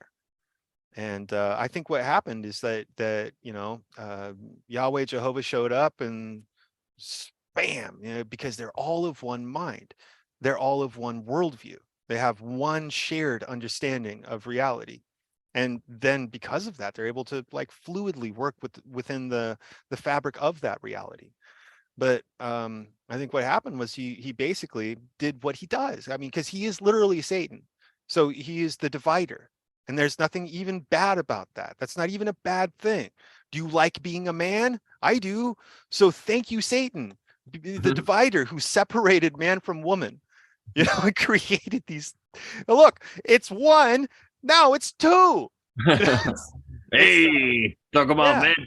And he keeps doing it, or else it'd be just this giant puddle of mush, right? All of existence would just be this one puddle of mush, and no separation, no individuation to any part of it, right? And Satan shows up with his big cleaver, and he's like, "Oh, we're gonna cut that in half. We're gonna cut that in half again, and that one in half too." And pretty soon you wind up with all these separations, night from day, land from sea, man from woman, and then it gets even like more esoteric, like right from wrong. And like there's all these creations of duality, which is, it's what the divider does, man. Exactly. So yeah, it's shit's really wild. I remember, 100%. I remember what I wanted to say because it falls in line with what you were saying about the division of people. Because I feel like if everybody is of one mind, it'd be like everybody was like Neo in the Matrix, and then you wouldn't really learn anything. Like you just, in my opinion, you wouldn't really elevate your consciousness, I don't think. And maybe if that's what this realm is for, because we are energy, that's just a loop that happens, and then a reset or something has to come in. That's what I feel about these resets. If there are these resets that happen, because I am kind of a fan of Archaics. He's just like, I love that guy. he's so silly, and like, I don't know, because the thing is, I know people like him. Like I know people who've like been to jail, you know, like I got Yeah. people in my family who are, you know, but anyway, some of them they're just really good people. They have good hearts, and stuff just happened when they were young, you know, like, but I feel like he's kind of like that. And again, I'm not like, I think the thing people get so upset with him, it's like, well, are you trying to put him on a pedestal? Because if he's not good enough for your pedestal, yeah, he's not going to go up there, and you're going to have to put him in a pit or whatever. But I think if you could just listen to what the hell he's saying, you know, just the Yep. stuff about history itself. But before we get into that, because I do want to talk about the Civil War, even if it's briefly, because I mean, I don't care, but I know it's we've been going for about, oh no, it's only been an hour and a half. Okay, But cool. real quick, Yeah. Archaics is it's funny because he, you know, everyone's like, oh no, we hate cults. We hate cults. I'm never gonna get involved in a cult. And then, you know, you got like somebody shows up and points at Archaics and they're like, ah man, he's a terrible cult leader. No, I ain't gonna be with that guy. It's like, what do you want? Pick one. Just, you want a cult leader or do you not want a cult leader? Exactly. Yeah, that term gets thrown around so much, and I think people don't always understand what it's about. But Mm-hmm. that's a whole other podcast. So But I Civil like, War. yeah, well, really quickly, I like the idea of the reset function, because I feel like that's what it is. If we are here in this realm to raise our consciousness, and then things progress to a point where large groups of people aren't really doing that, and this isn't a judgment, you know, it's like Sodom and Gomorrah shit or whatever, right? Something comes in, and then all these people exit the realm and then just come back in, but as children, for the people who are fucking get it a little more, you know. Maybe that's what happens. I don't know, but that's how I view it. And like you said before, maybe that's not exactly how it is, like about that idea. You were talking about like the elites and stuff, but this is just how I kind of look at things, and it makes me not a victim, you know. Right. Yep. So, but the Civil War, yes, unless you had something more to say about what I said. No, but yeah. You know, Civil War is a funny one, right? Because like my when I was young, my grandfather, he got really like, we're super patriotic and shit. And my family's been here since 1636 on my dad's side. Fought in every single war up until some of the recent stupid ones. But we've had a Wait, member of you my didn't go to family. Vietnam? Sarcastic. You let No, your family down. yeah. No, I think we did have family in Vietnam, but we didn't, like, nobody died. I'm basically Lieutenant Dan, but nobody died in the war. Um, but yeah, we've been here forever, since 1636. And see, the thing for me on all of this, you know, history is fake stuff, is you know, I can think of loopholes. I can think of some sci-fi ways that this doesn't apply. However, my grandfather was like, I wish I had that book with me. I think it's upstairs. But he was obsessed with our genealogy. He wanted to know where our family came from and trace it all back. So he starts looking into it. You know, it's like an old man hobby. He starts looking into it, and he spends like a couple years doing it.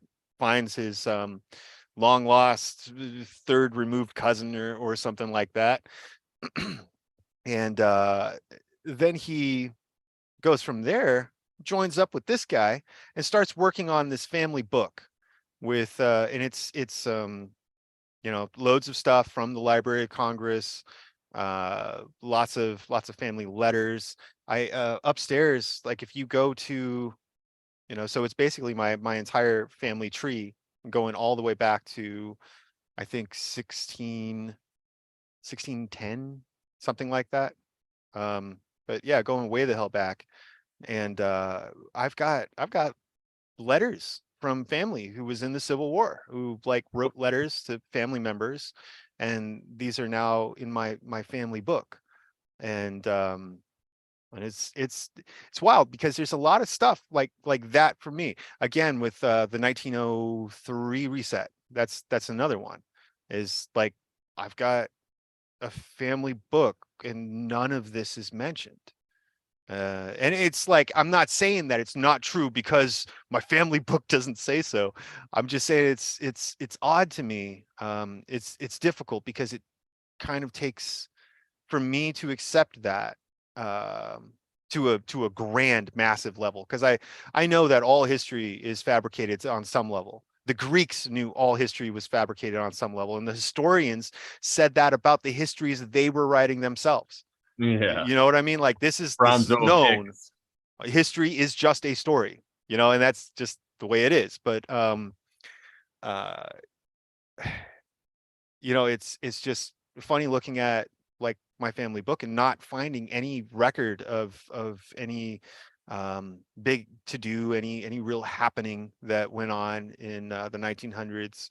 Everything in the Civil War uh, uh, letters lines up perfectly with the narrative, you know. And the only way that I can come up with for how this can be false, with the amount of work that my grandfather did, the amount of work that his cousin did, and then joining up. I mean, they even got into it with the Mormons, because the Mormons are super big on lineage and all that. So they were working with their records and for some of it. And but yeah, the only way I could come up with a workaround for this is that there is some giant AI that's just like printing out stuff at the behest of anyone who thinks that they want to look into their family. It'll just generate you some fake letters from old family members, and you could read about them, what they, you know, this letter of like, I'm currently baking bread and it's very,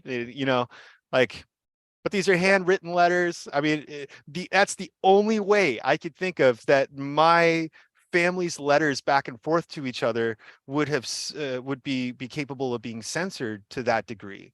And that's what makes it so difficult for me, because as far as what I can touch and feel physically and read with my own eyes, and I'm told by people I trust that this is from my family, because they, like, it was really important that it had to be accurate, you know. And so yeah, that's my big reservation in buying into the 1903 reset and the Civil War one, or Civil War happening. Well, But I think yeah, the 1903 or 1902 or whatever it was, I think it was yeah, just a small one. Like it was right. only on an island or something, right? Are So you it was thinking about are you thinking about Jekyll Island? no, the it was some other island. It was like a Caribbean island or something, and like all the people died except one guy that was in prison. Oh yeah, yeah, there was that. But They were gonna execute him the next day or something. yeah, wasn't that like Imagine a Spanish colony? Yeah, Volcano so Blue or something. yeah, I mean, I take all that stuff with a grain of salt, especially so the Civil War. I like to think that it's more like so think about how 2020 is going to go down for people in history, you know. They're going to think it was like this real thing that happened, you know, Yeah, whereas in the Civil War, I still think that armies had possibly had these battles and stuff. It's just so weird there's no pictures of them. It's the weirdest thing, but I think it was more like a psyop thing, you know, and it was more like an probably was. extermination of a way of life in the South. Yep. And then that was shortly followed by the World's Fairs, which was like a introduction. Hey, look, this is what Native Americans look and live like. Do you guys like this narrative?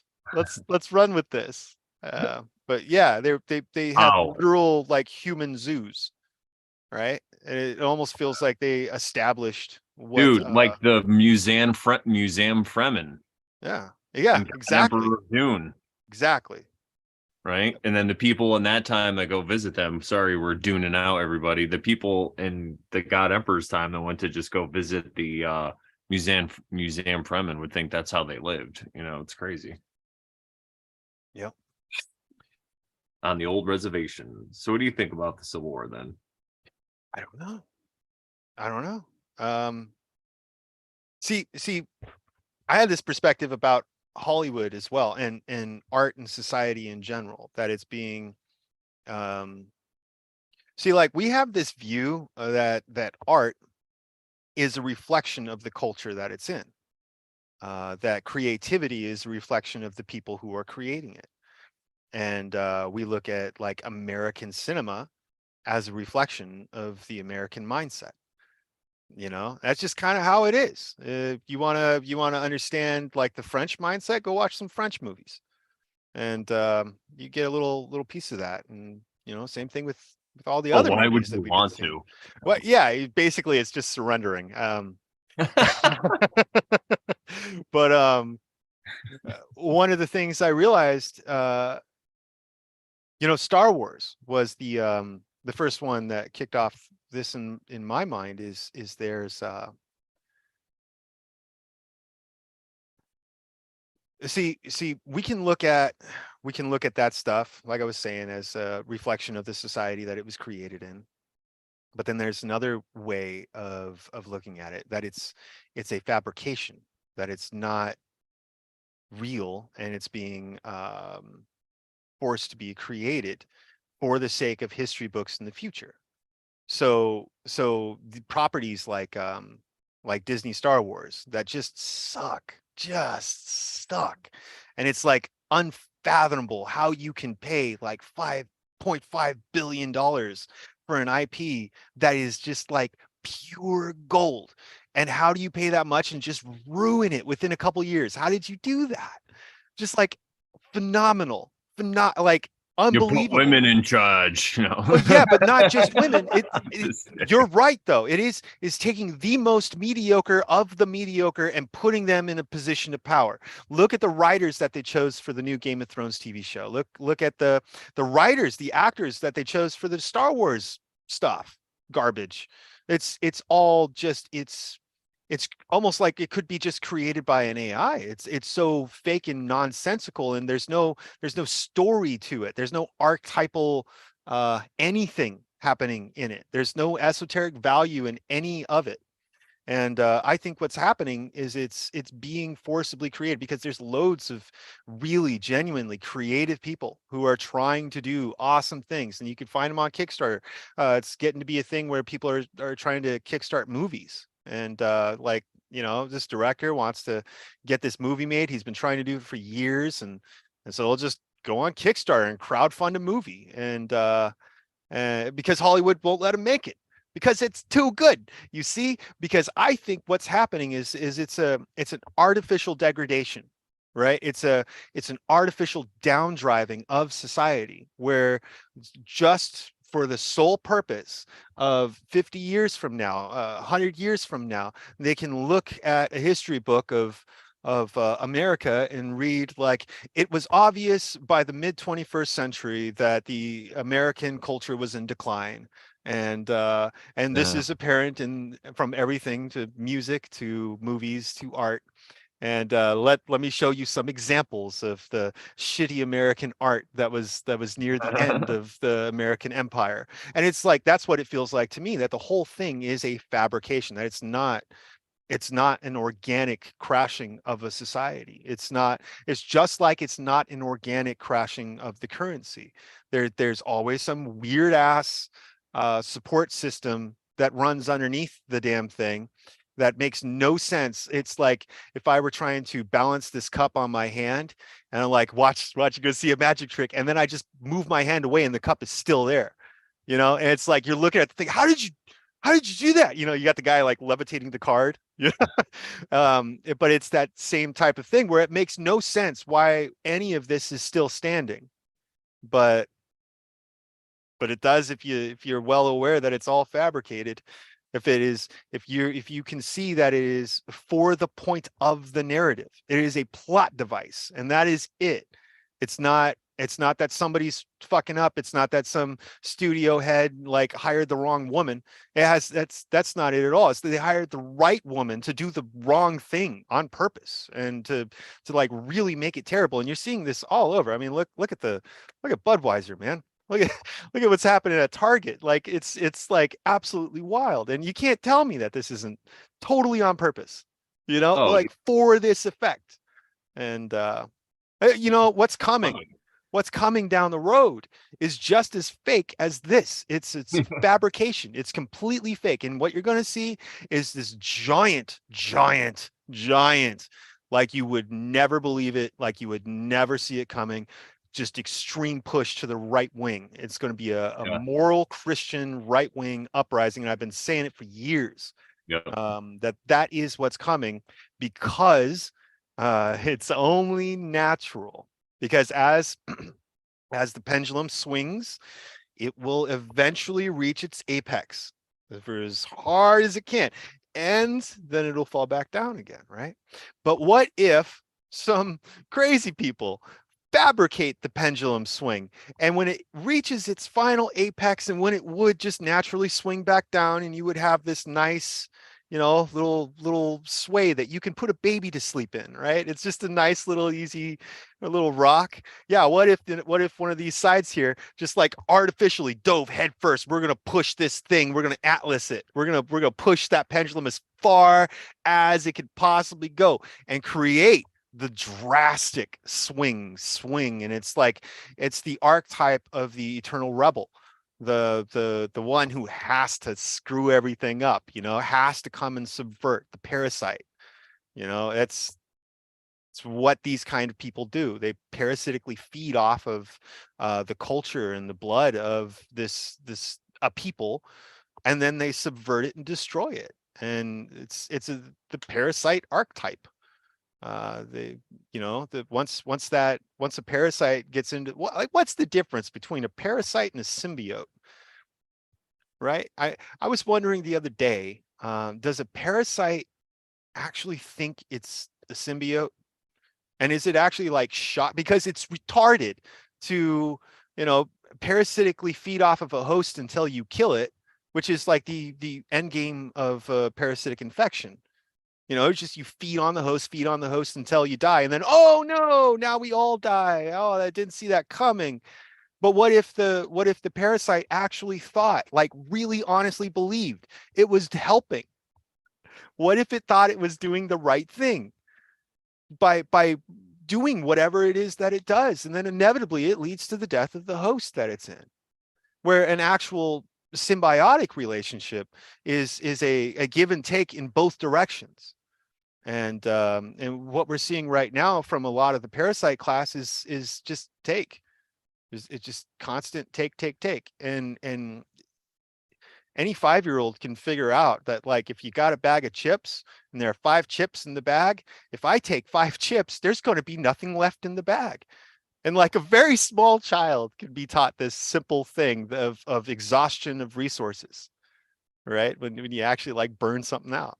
And so if it's that simple to comprehend, then why are the smartest people who work their way up to the top, who are elevated, who like actually show themselves to be intelligent people, who are studied, how is it that they don't understand this truth?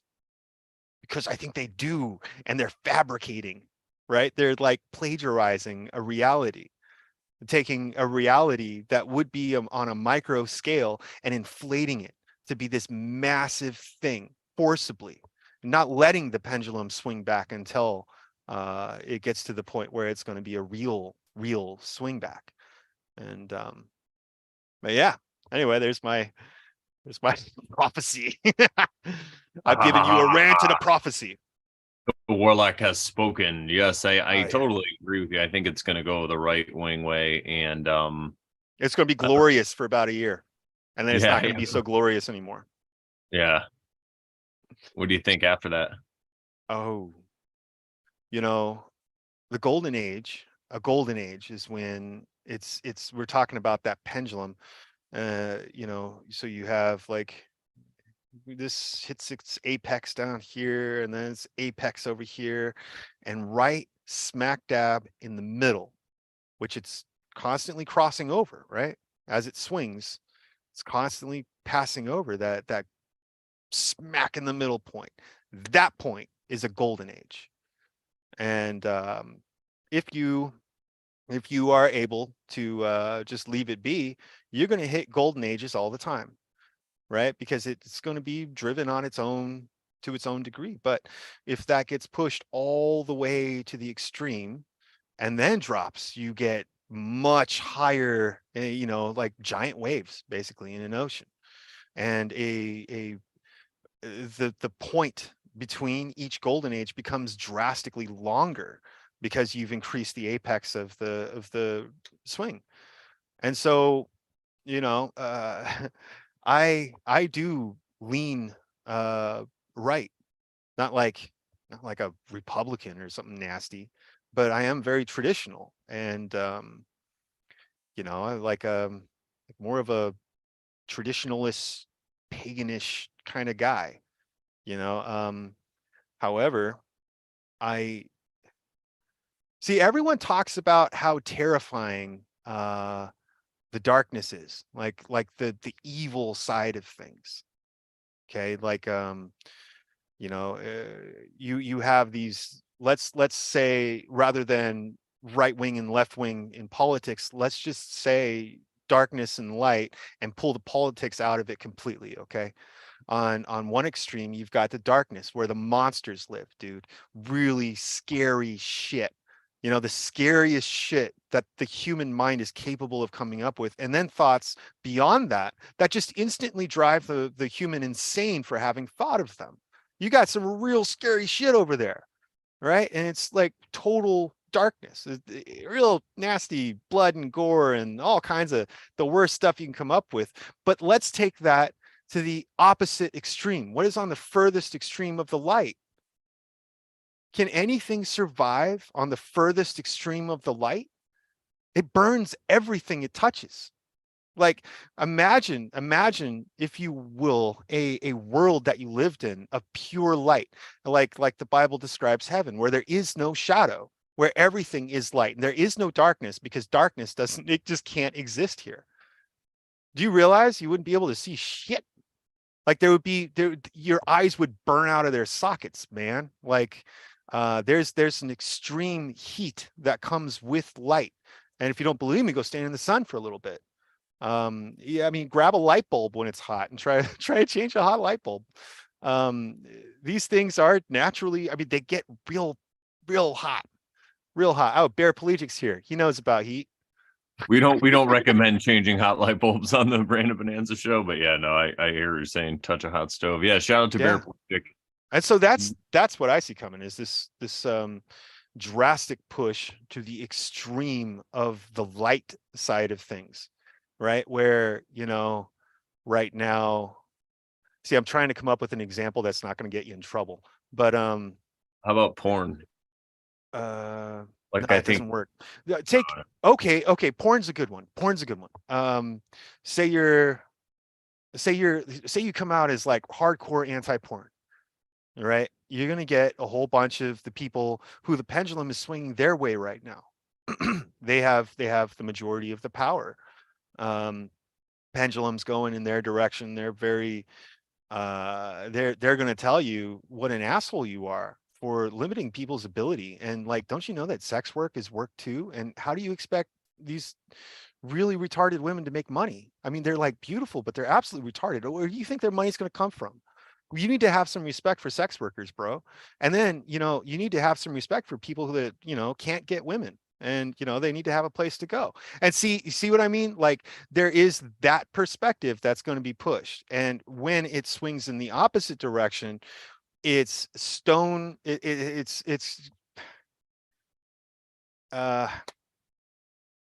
Noahide law. It's Christian law. It's sort of like Sharia law, but Christianized. You're gonna get stoned. You're gonna get, we stone the pornographers at the city gates. Yeah. It's the complete opposite extreme. Yeah. Yeah, everyone, confess with your mouth and believe in your heart that Jesus is Lord, and you'll be saved. Well, now becomes a commandment, and not just a path. It's now a commandment, and you will do this. Watch it. You will. You know what I mean? It's like, yeah, that's amazing. The antithesis of the tyrant. Right? That happened in Dune, because when Paul Muad'Dib, when he became Muad'Dib, his law now was not just a law, like a law you break. It's now you break religion, this commandment. Yeah, and that's jihad. That's the way of it. Like, okay, look again at the light and dark, right? They've always been, you can characterize them as order and chaos, right? You've heard that a million times. The two pillars, order and chaos, light and dark, night and day, male, female. But and each one of this is why the female energy is more chaotic in nature, and the masculine energy is more orderly in nature. And of course, there's crossover all over the place, but in a generalization, that's how it goes.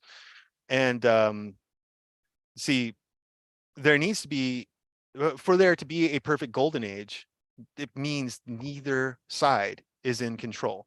Look at now we'll get to that in a minute, but neither side needs to be in control. If either side is in perfect control, because order taken to its extreme is tyranny, just flat out unbridled tyranny of a demand that order, what I view as order, or whoever it is that holds power, is going to be the one to dictate what is orderly, right? And falling in line with that order is incredibly important. It's like the key to your survival. And on the chaotic side of things, it's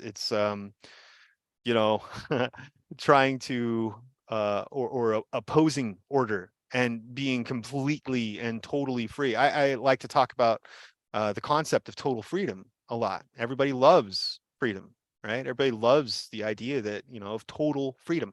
You realize like what that means, like not caring about anything, not caring what people think, not caring what there's no need for laws. It's just total freedom.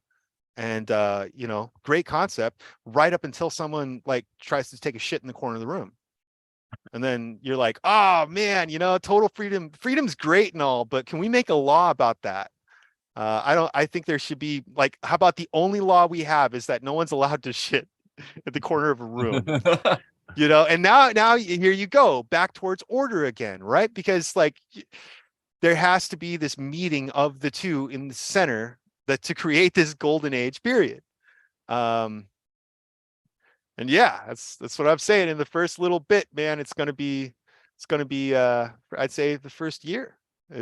You're gonna have all these right wingers, all these really righteous assholes who are gonna stand back and cheer everything going down, man. And there's gonna be some real brutal, nasty shit. Because like when righteousness gets power, there's always some brutal, nasty shit. And my opinions on things, but this shit leads to genocide. And I'm not even talking about the one that comes to mind. The It's space just, shoot. yeah, it's just every time. That's the way it goes, because there is a requirement that you adhere to order. And Yeah, like and there's going to be people who have sat back these last, dozen years and been rolling their eyes at everything that's happening, gotten really, really mad. They're going to feel like they're getting their comeuppance, right? Like, oh my God, dinner and a show. I knew it. I was right the whole time. Look, we're kicking off the millennial reign of Christ. And with all the violence that's constantly pumped into media, because like I haven't even watched a movie in like 3 years. I can't even like do it. Like I just listen to Dune audiobooks in Sarkastik Worlock's podcast. So check that out, everybody. But I'm crashing with my parents, and so they tend to indulge in a lot of the television. So I'll be walking by a lot, and it's amazing to me the gratuitous violence that's shown. And even they'll show these like cop shows and like PD Live and all this stuff where it's like a live feed. And just the stuff that goes on TV now is crazy if you think about like the 50s and what used to go on shows. So I feel like if people are just watching it on the news and on TV, it's just going to be like another, I was right. Especially like you said, if they have this frame of mind where they think they're right and they're being validated, right? They're just going to be like, yeah, burn those people. So I'm glad that I'm a wizard, because you look at me, you can't tell what I look like Jesus. That'll probably keep me safe. I'll just go like this if they come toward me, and I'll put my head down. Yeah. That's mine too, right? You just say, relax, you guys. Not big enough.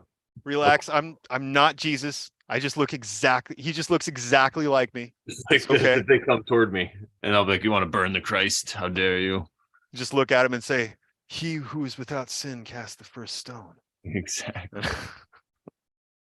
The But speak in parables, I think you'll be fine. oh God, have you ever tried that with a Christian? That's the most ironic part of all of it.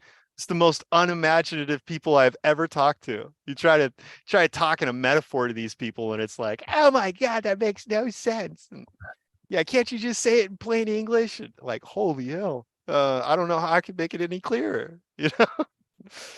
But yeah, it goes back to trying to like wake people up or give them information. You're really just buds killing them, you know? It's like they yeah, don't care that there's fluoride in their water, man. It's like it's good for them, you know? It, yep, it keeps their teeth clean, they think. So, yep. yeah, I it's had this amazing. realization a while ago that the majority of people walking around are literally children, like little babies in diapers, and like spiritually, and you know, often emotionally, like they're literally little babies emotionally. And You don't say. one of No. the funny things was like, you know, I was talking about golems one time, and somebody tells me like, you know, you really need to be careful with any idea that allows you to dehumanize another person.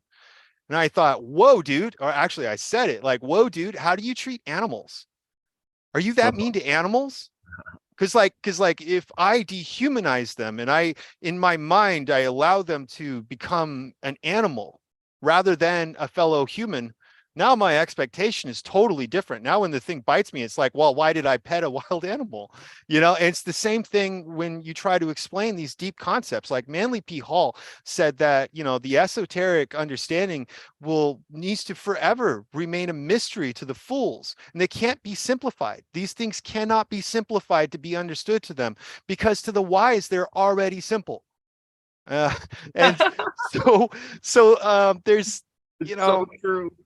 man, it's like, you know, I had in a recent situation, people were asking me, how come you don't go to war? And I'm like, dude, uh if I step on a baby's head, like if a baby walks up and hits me with a spoon and I just turn around and like step on its head, um what the fuck am I?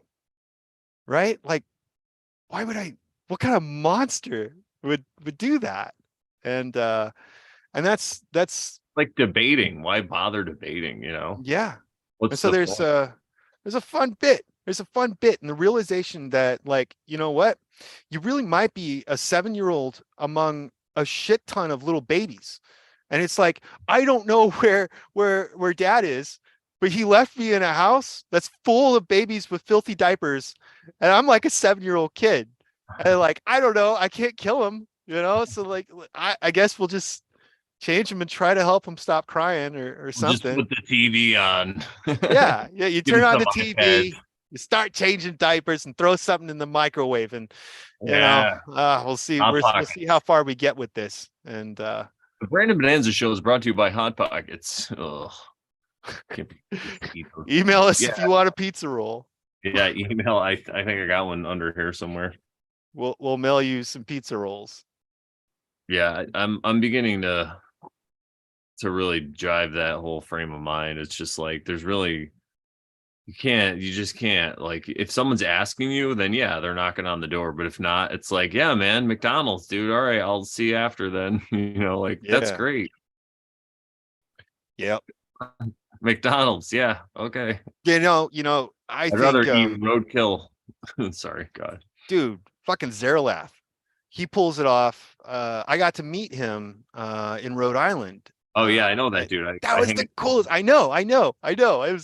It was so cool, man. But it felt like one step closer to being able to touch the hem of your garment. Brandon. But no, Zeralath is another one of these guys who, or one of these guys who's like just an incredible example of how to be that crazy esoteric dude Yeah. without jamming shit down people's throat. He just simply is. And I got so much admiration for that. But yeah, same type of thing. Able just to live your life, walk with your understanding, and let your light so shine, right? Yeah, I'm just giving him a shout out in the chat. Zeralath. He's in Yeah, there. Zeralat. I hope you heard that. Yeah, I didn't. I didn't rub your nipples. he didn't know. How dare you? Maybe that's why I've had bad luck. Yeah. Yeah, I think the secret is like is when you find all this stuff out, you're like, oh man, I'm gonna like change the world, but then you just realize that there's a way to exist. That's how I'm coming at it with my comedy. Like I'm trying to simplify it down so it's funny for everybody, like shout out to like Owen Benjamin's a really funny guy, but he has a certain audience right now, because you can't just give that to everybody. And I would like to find a way to just simplify because I have this friend Rodney Norman. I don't know if I did Oh, I love that guy. He's so cool. and he just simplifies it down for anybody to understand what's really important. Because like Sharon and I always say on the Over Sharon show, which premieres every Thursday night at 8:33 p.m. Eastern Standard Time, the only time zone. What we always say on that show is, as long as you're living by like the golden rule or natural law or however you want to couch or phrase it, you're living that life. Whatever belief system gets you there, fucking beautiful. Yes. You don't have to know all this crazy esoteric knowledge and symbolism and all this stuff. But for some people, we're just geeks and we just love this stuff. Yeah. But I think that's really what's more important with the stuff. So I think that you could find a way, and I want to find a way to distill into comedy. And I've really been inspired lately a lot by Mitch Hedberg. I'm even thinking of maybe doing a Mitch Hedberg impersonation and then just making my own jokes in his style. Yeah, dude, that would be cool. Because it was so simple, the things he would say, and there was no division in it. There was no politics. It was just like, like, I don't know. I just like, how do you think they came up with the name Doubletree? They're like, one tree, no, two trees, yes. Like just simple things. Yep. I don't know. But yeah, so what I've learned with all this stuff is that I could just exist in my everyday life and not have to tell everybody about fluoride and all these things, and just kind of elevate them in a different way by just being a better person and being funny or just being cool. Like I'm a wedding DJ. So when I show up to a gig, it could be all about like me and my ego, or I could just work with like the wedding planner and the maitre d' and whatever they want to do. I'm like, dude, let's do it. As long as they're happy, I don't care. Yeah. My job is to make these retards dance. So just kidding, everybody. I love my job. Good save. Yeah, I got to play some Sunday night. I got to play some Ukrainian music. It was like Russian or Ukrainian dance, but they're Ukrainian. They were doing this crazy dance. I have it on Telegram. I'll put it in. I don't know if maybe I'll put it in my own private Telegram chat. But yeah, it was really cool. So I do enjoy my job. But yeah, that's really what I'm figuring it out, because I think when you get into this stuff, a lot of times, a lot of these people you learn from on YouTube and all this stuff, you get this mindset where it's like us against them, profane. But if you think about like how Jesus was, he just hung out with everybody, man, like the sinners and the saints, and he made them all chill out, Yep. Yeah, without turning it into what I see these days is just a shit ton of spiritual Ponzi schemes. That's all it is. It's like, hey, give me enough money, follow me around enough, and buy my books. Support me on Patreon. Don't forget to like and subscribe. Hey, there's a super chat button. You can hit that button and send us money. And you like, you start getting into this cult thing where you're like, hey, the more, and then the guy's like, hey, you got to hang out with people from the cult. Like hang out with people in the organization, make your friends within the organization. Don't worry about the outside world. Try to just ignore the outside world. And then pretty soon you wind up in this like literal Ponzi scheme for spirituality where you're, where it really is like, hey, if you pay me enough, I'll give you the path to ascension. I'll with a lot of these guys, it's really the path towards happiness. I'll give you a pathway towards contentment and happiness, and everyone like, who's going to turn that down? Who'd be the fucking idiot to turn that down? Right. And so like, oh dude, sign me up. I'd like to be happy and content. But all really people are getting into is these Ponzi schemes, man. Ponzi schemes. They're paying out for something that just gets reinvested back, and it turns into this big circle jerk. And it's like, what are we even doing here? To what end? You know, what is the end game here in this? And you know, so many people going around looking for some sort of contentment and happiness outside of themselves, or somebody that's going to be able to come into themselves and unlock something with it. But bullshit. You know, you're going to get the exact knowledge that you need in the exact time that you need it. And for people like us, other people look at us and they're like, oh my gosh, you're so well spoken, you're so well read. And I'm like, dude, I just happen to, you know, obsess over really stupid, flowery bullshit, you know, like so much of my stuff, so much of the stuff that I write and I dump my guts into, you know, man, the beans that I have spilt, right, in like pages of shit. My wife could say it in like 2 sentences. And in like I write an entire article and I like, you know, send this thing off. And That's like why I'm I not even love her. joking, it's pages. And my wife is like 2 sentences and she's like, I'm just sitting there going like, why? Like, because all I did was I took a simple thing and I complicated it. And I put a whole bunch of words on it. And yeah, it's a really funny thing. Had to make yourself feel important, you know? Well, it's not even it's the only way that it makes sense to me.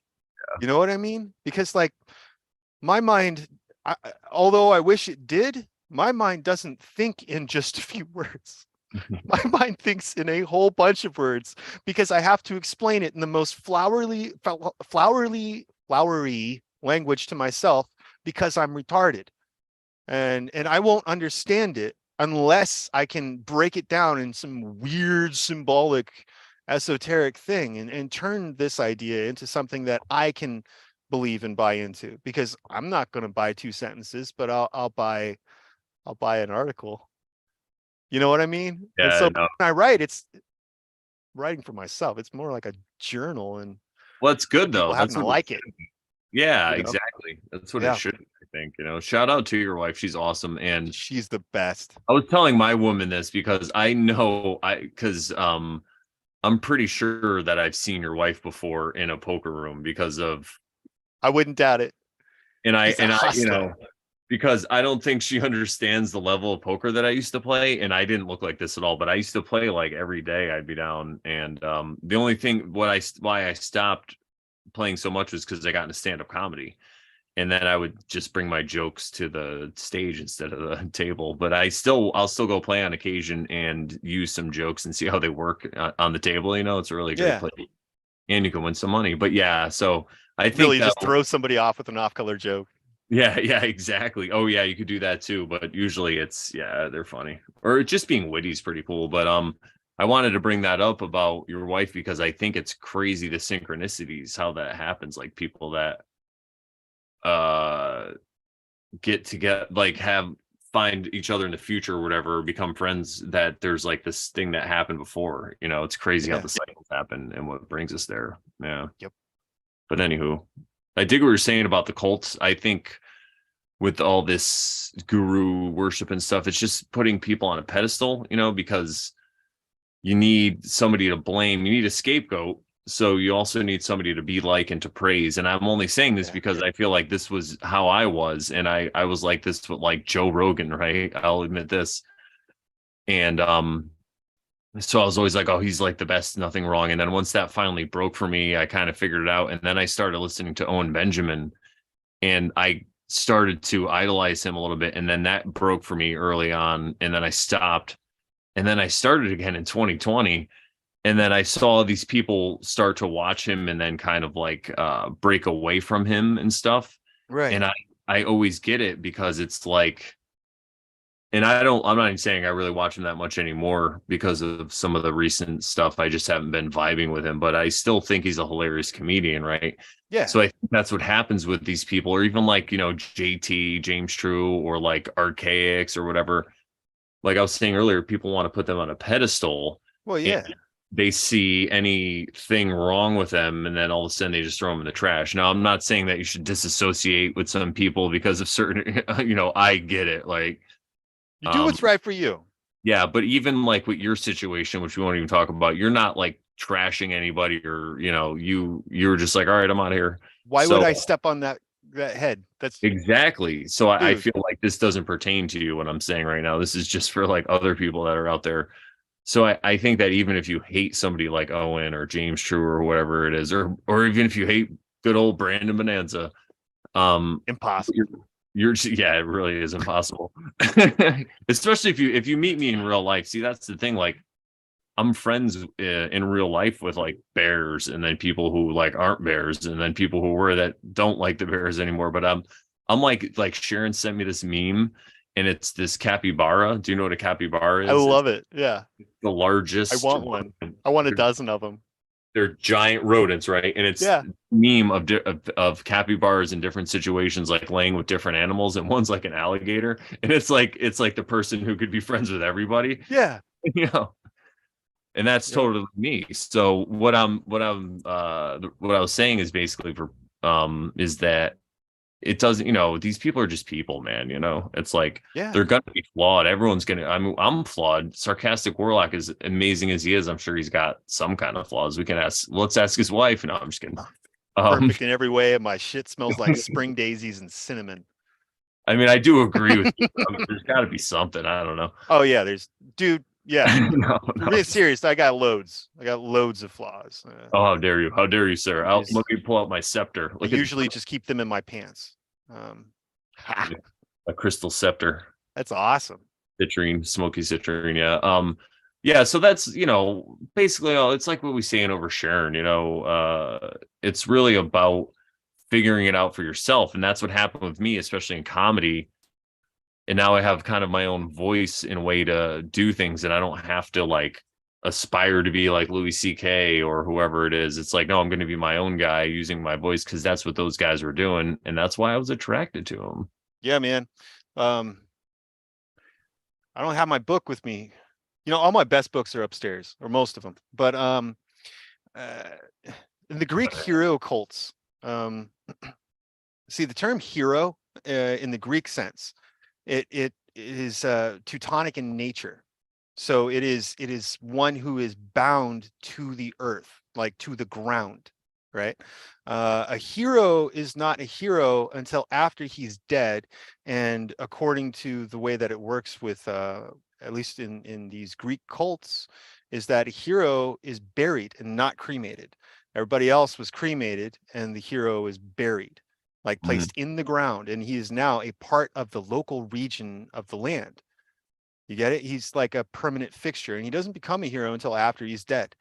Sort of like you can't be a living saint, right? Like you don't get to become a saint until you're already dead. Usually until the Catholic Church kills you, and then a few years later, then they'll make you a saint. Yeah, but the a hero isn't necessarily something that's alive.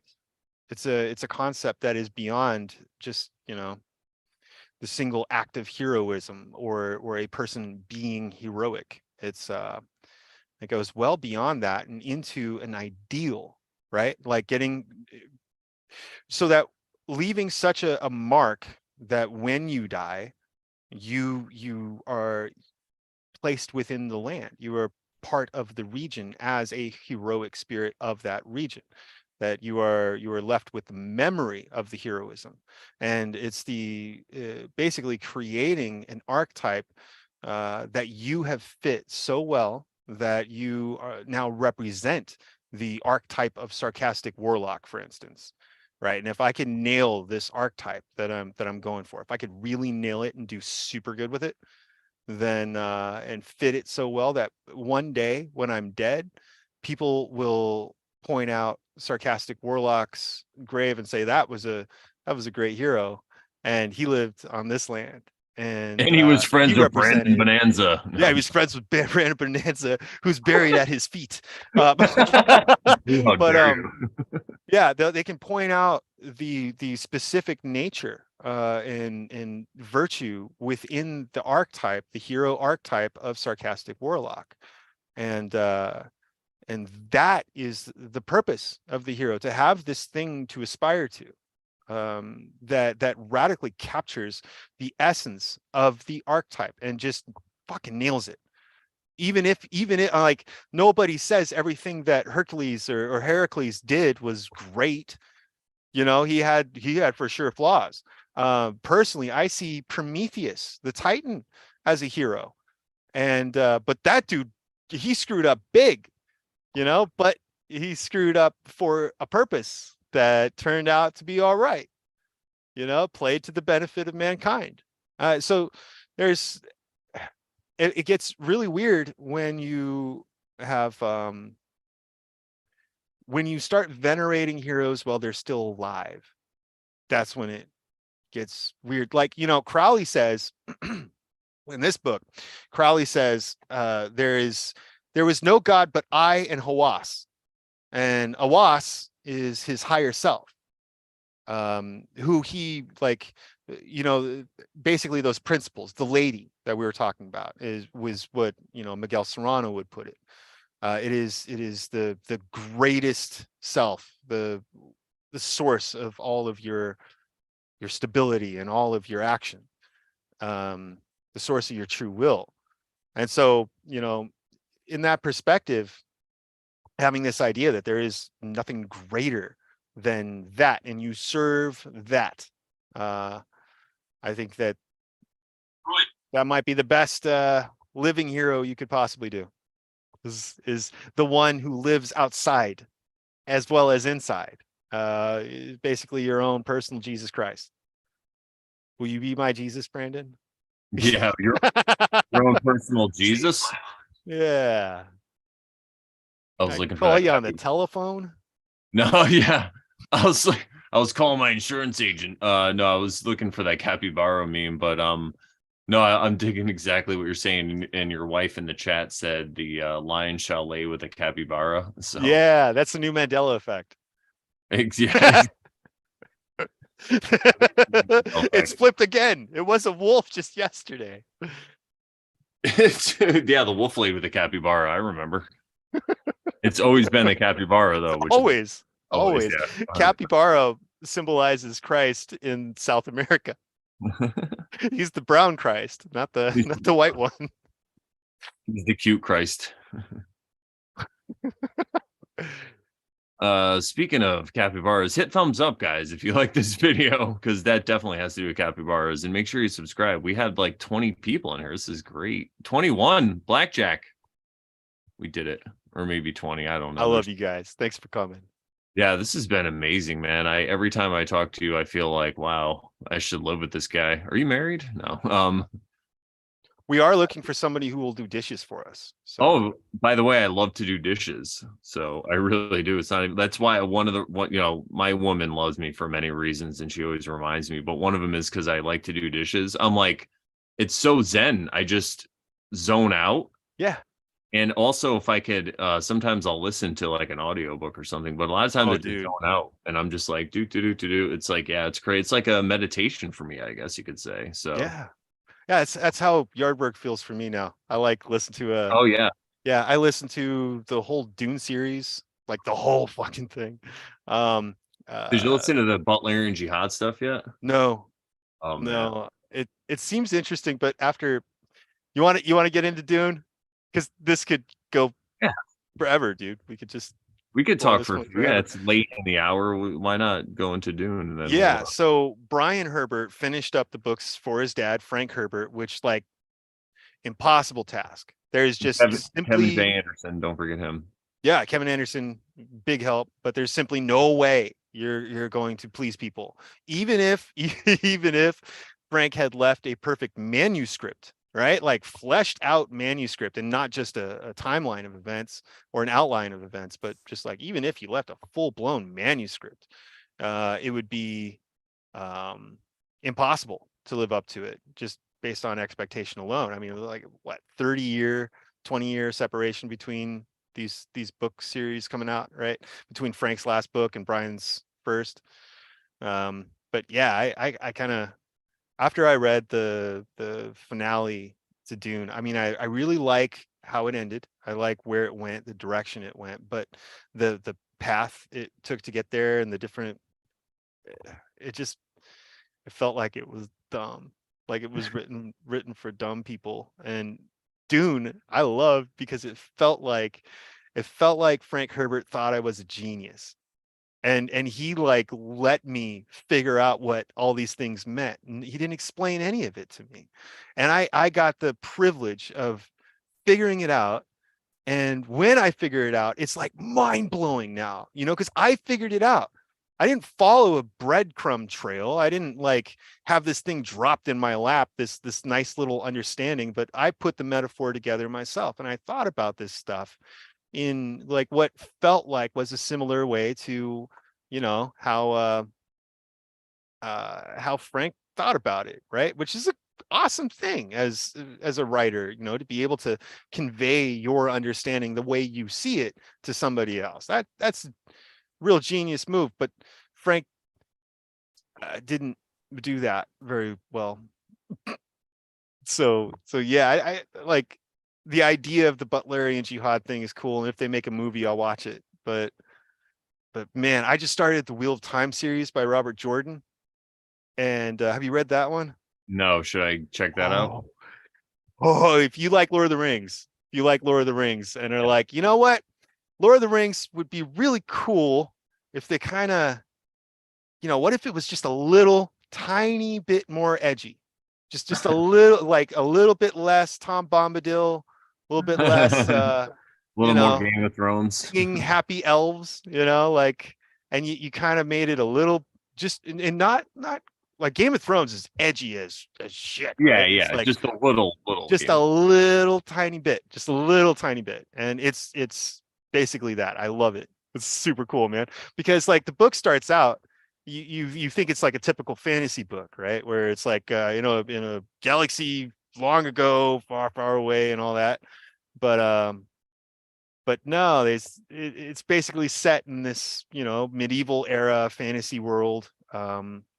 But there was this thing that happened like 10,000 years ago in this world, called the breaking of the world, which is basically like a giant cataclysmic event that just shattered everything, and humanity lost its entire history up to this point, and it's only passed down in little hints of legends here and there. Um, but there's this the book starts at some point early on. They're talking about these legends that were passed down from the old time, and some of the stories go back to before the breaking of the world, and like stories of men riding on steel eagles to the moon. And it's so cool, because then like all of a sudden, oh my god, you're telling me that this is the same world as this world. It's just way the hell in the future, even though it looks like the past with magic. I love it. But Oh, yeah, it's really super cool. So it's another book with the frequent use of Shaitan and Balsamoth, and they really got their esoterica in order. Robert nice. Jordan did. Yeah. But yeah, the whole book is about like this death and return kind of thing, and the reproduction of the entire cycle. And apparently over and over and over, this great noble king gets an opportunity to rise up. He's reborn, and he gets to have another shot. And each time the Balsamoth, the Shaitan character in this, just corrupts him and makes him go insane. And so like you're kind of getting on to the story with this like 17-year-old kid who still doesn't know he's that dude yet. And yeah, and it goes from there. But I love it. It's really fun. I'll definitely check it totally a Gandalf character. There's totally a Shire. There's totally, I mean, like it's really like he took the formula of Lord of the Rings and rewrote it. And it's really neat. Ooh, I love it. I'll totally check it out. How many books are there? I have no idea, and it's best if I don't know, because I'll just intimidate myself. And yeah, good idea. Why did I even bother asking? I don't even care anymore. I'm just like, great, I can listen to it until I'm dead. No. Right? Yeah. Doesn't even matter. I mean, shit, I got enough comic books to last me a lifetime, and then I've got like an occult library upstairs. We just got these books from they were like published in 1906. And we have the full set copy of like Anglo-Saxon history and myth, published in 1906. It's like a 16 volume set. It's just incredible, leather bound, beautiful, ancient, man, ancient books. Oh, It's so old that they have uncut pages, right? It's that old. Have you ever heard of this? I don't think so. Well, these really old books, they would print it in such a way and bind it that, you know, you would buy this book new, and there are pages. So like if you're opening your book this way, you would flip a page and realize, oh my gosh, this is 2 pages. And this, the middle piece between the page, this little part here needs to be cut. So you Oh, can wow. open that up, and then now you see the pages on the inside of that. I didn't even know that that was a thing. And so it's pretty cool because we've got these books, right, with still uncut pages, meaning that since 1908, when these things were made, nobody has read that page. And there's only a few hundred of these printed. Wow. And it's so cool. Talk about occult knowledge. Well, occult meaning hidden, you know, like Yeah, just literally. it's literally hidden knowledge. These pages haven't been cut yet. That's so cool, man. That's Gets me crazy. giddy. Be funny if you open it up and be like, "It's the Jews. They're responsible for everything." And that's all it Quick. says. It's like, and the story, it's the Jews. You guys are doing so well, but like in the 3rd hour, you got yourself kicked off of YouTube. You had to say, Oh it, didn't you? man. I actually like the Jews because their hats remind me of like an alternate reality where there's people wearing pizzas on their heads as a religious symbol, and just little pizzas. Ooh, you're making me hungry now. Well, I think we should wrap this up, but I think it's been an amazing. I mean, I hate to stop, but I could talk all night. Do it But again. We could do this forever. we'll do it again soon. We should, for sure. We should keep up on each other because I think we find a way to make these ideas really kind of entertaining and funny, but then also just simple for people. Because I think there's more and more people getting to kind of where we're at, or maybe they're even here before us, who knows, but we're this voice now that's just like over everything, we're like, let's just hang out, have a good time. It's like sick of this arguing and all I this spent stuff. so long just flexing esoteric, man. I'm so tired of flexing esoteric, and because it's just, to what end?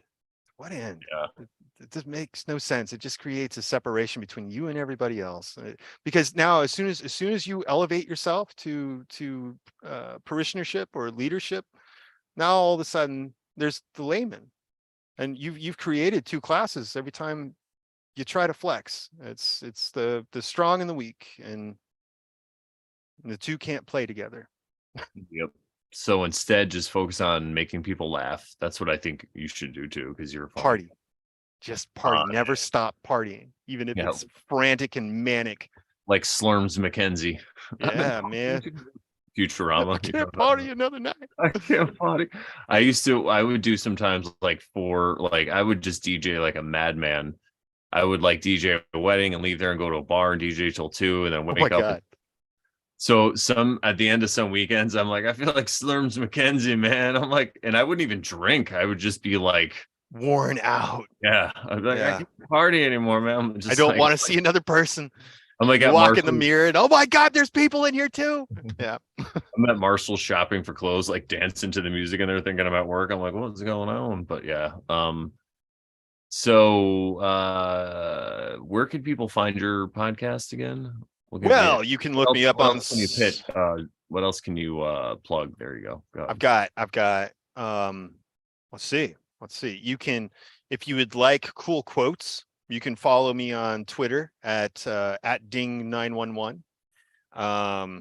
It's boring. Twitter sucks. Don't do that. So I don't even know why I pitched that. It just feels like the thing to do, right? You gotta have a Twitter if you're going to be professional.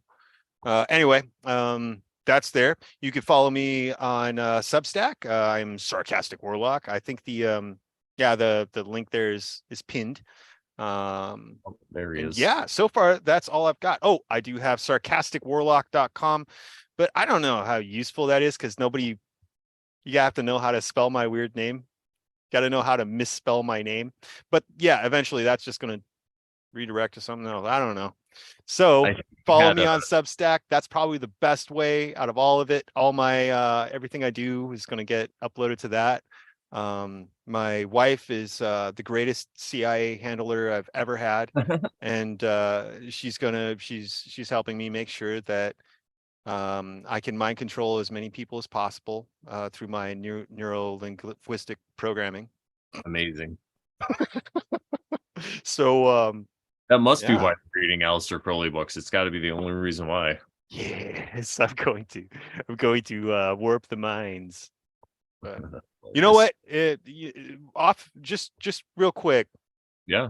The when I first started studying occultism and esoterica and getting back into like a spiritual existence from having been like a hardcore atheist a couple minutes before that, one of the very first things that I ever heard, I didn't like hear an audible voice or something, but it's just like this real strong impression.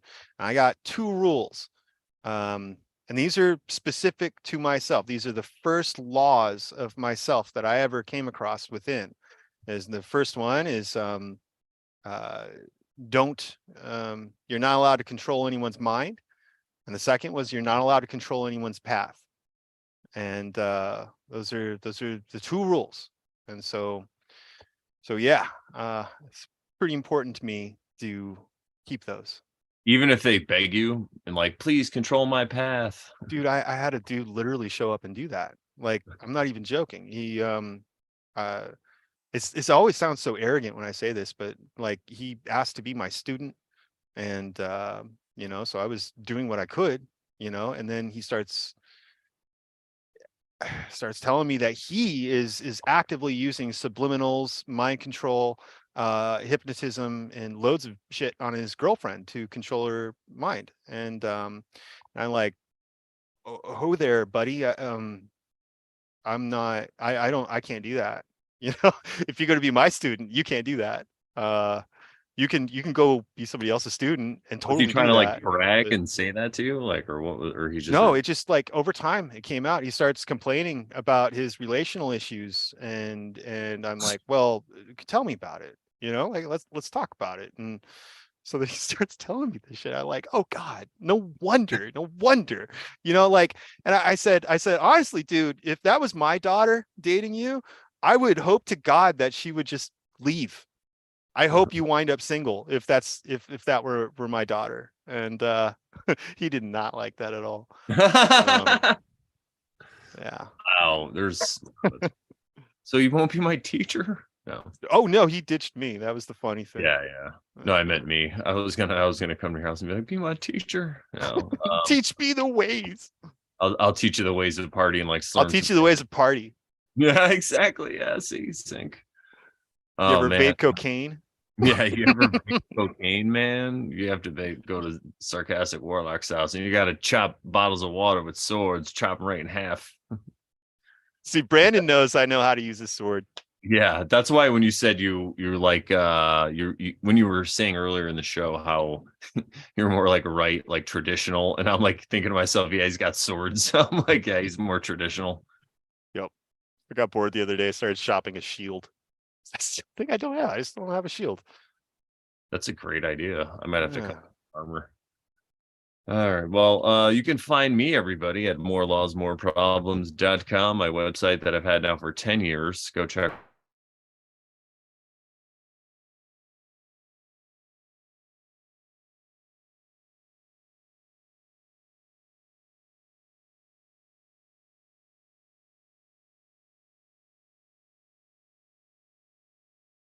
Did I lose you?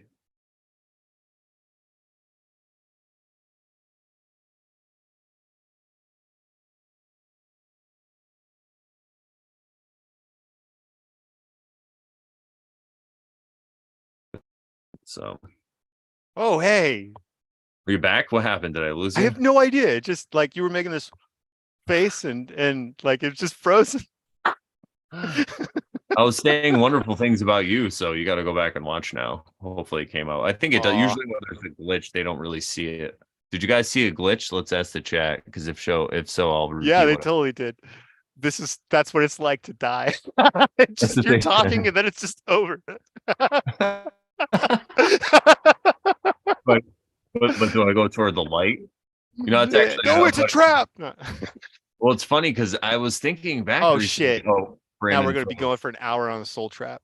No, it'll be real quick. My first mushroom trip, I had this experience where like I saw the moon as this light, and then it was like coming toward me, and then I had this dream experience that I was like this capybara, if you will, like some kind of rodent getting hit by a car. It was like a headlight hitting me, right? And then after that, for weeks, every time I looked at the moon, I just felt really weird. Now, this is before I had my like dark night of soul awakening, right? Did I freeze again? Just for a second. You're good. Okay, cool. All right, so I had this experience, and then after the trip, we went to leave to go get food, and there was a dead possum, I think, in the road that got hit by a car when I was tripping.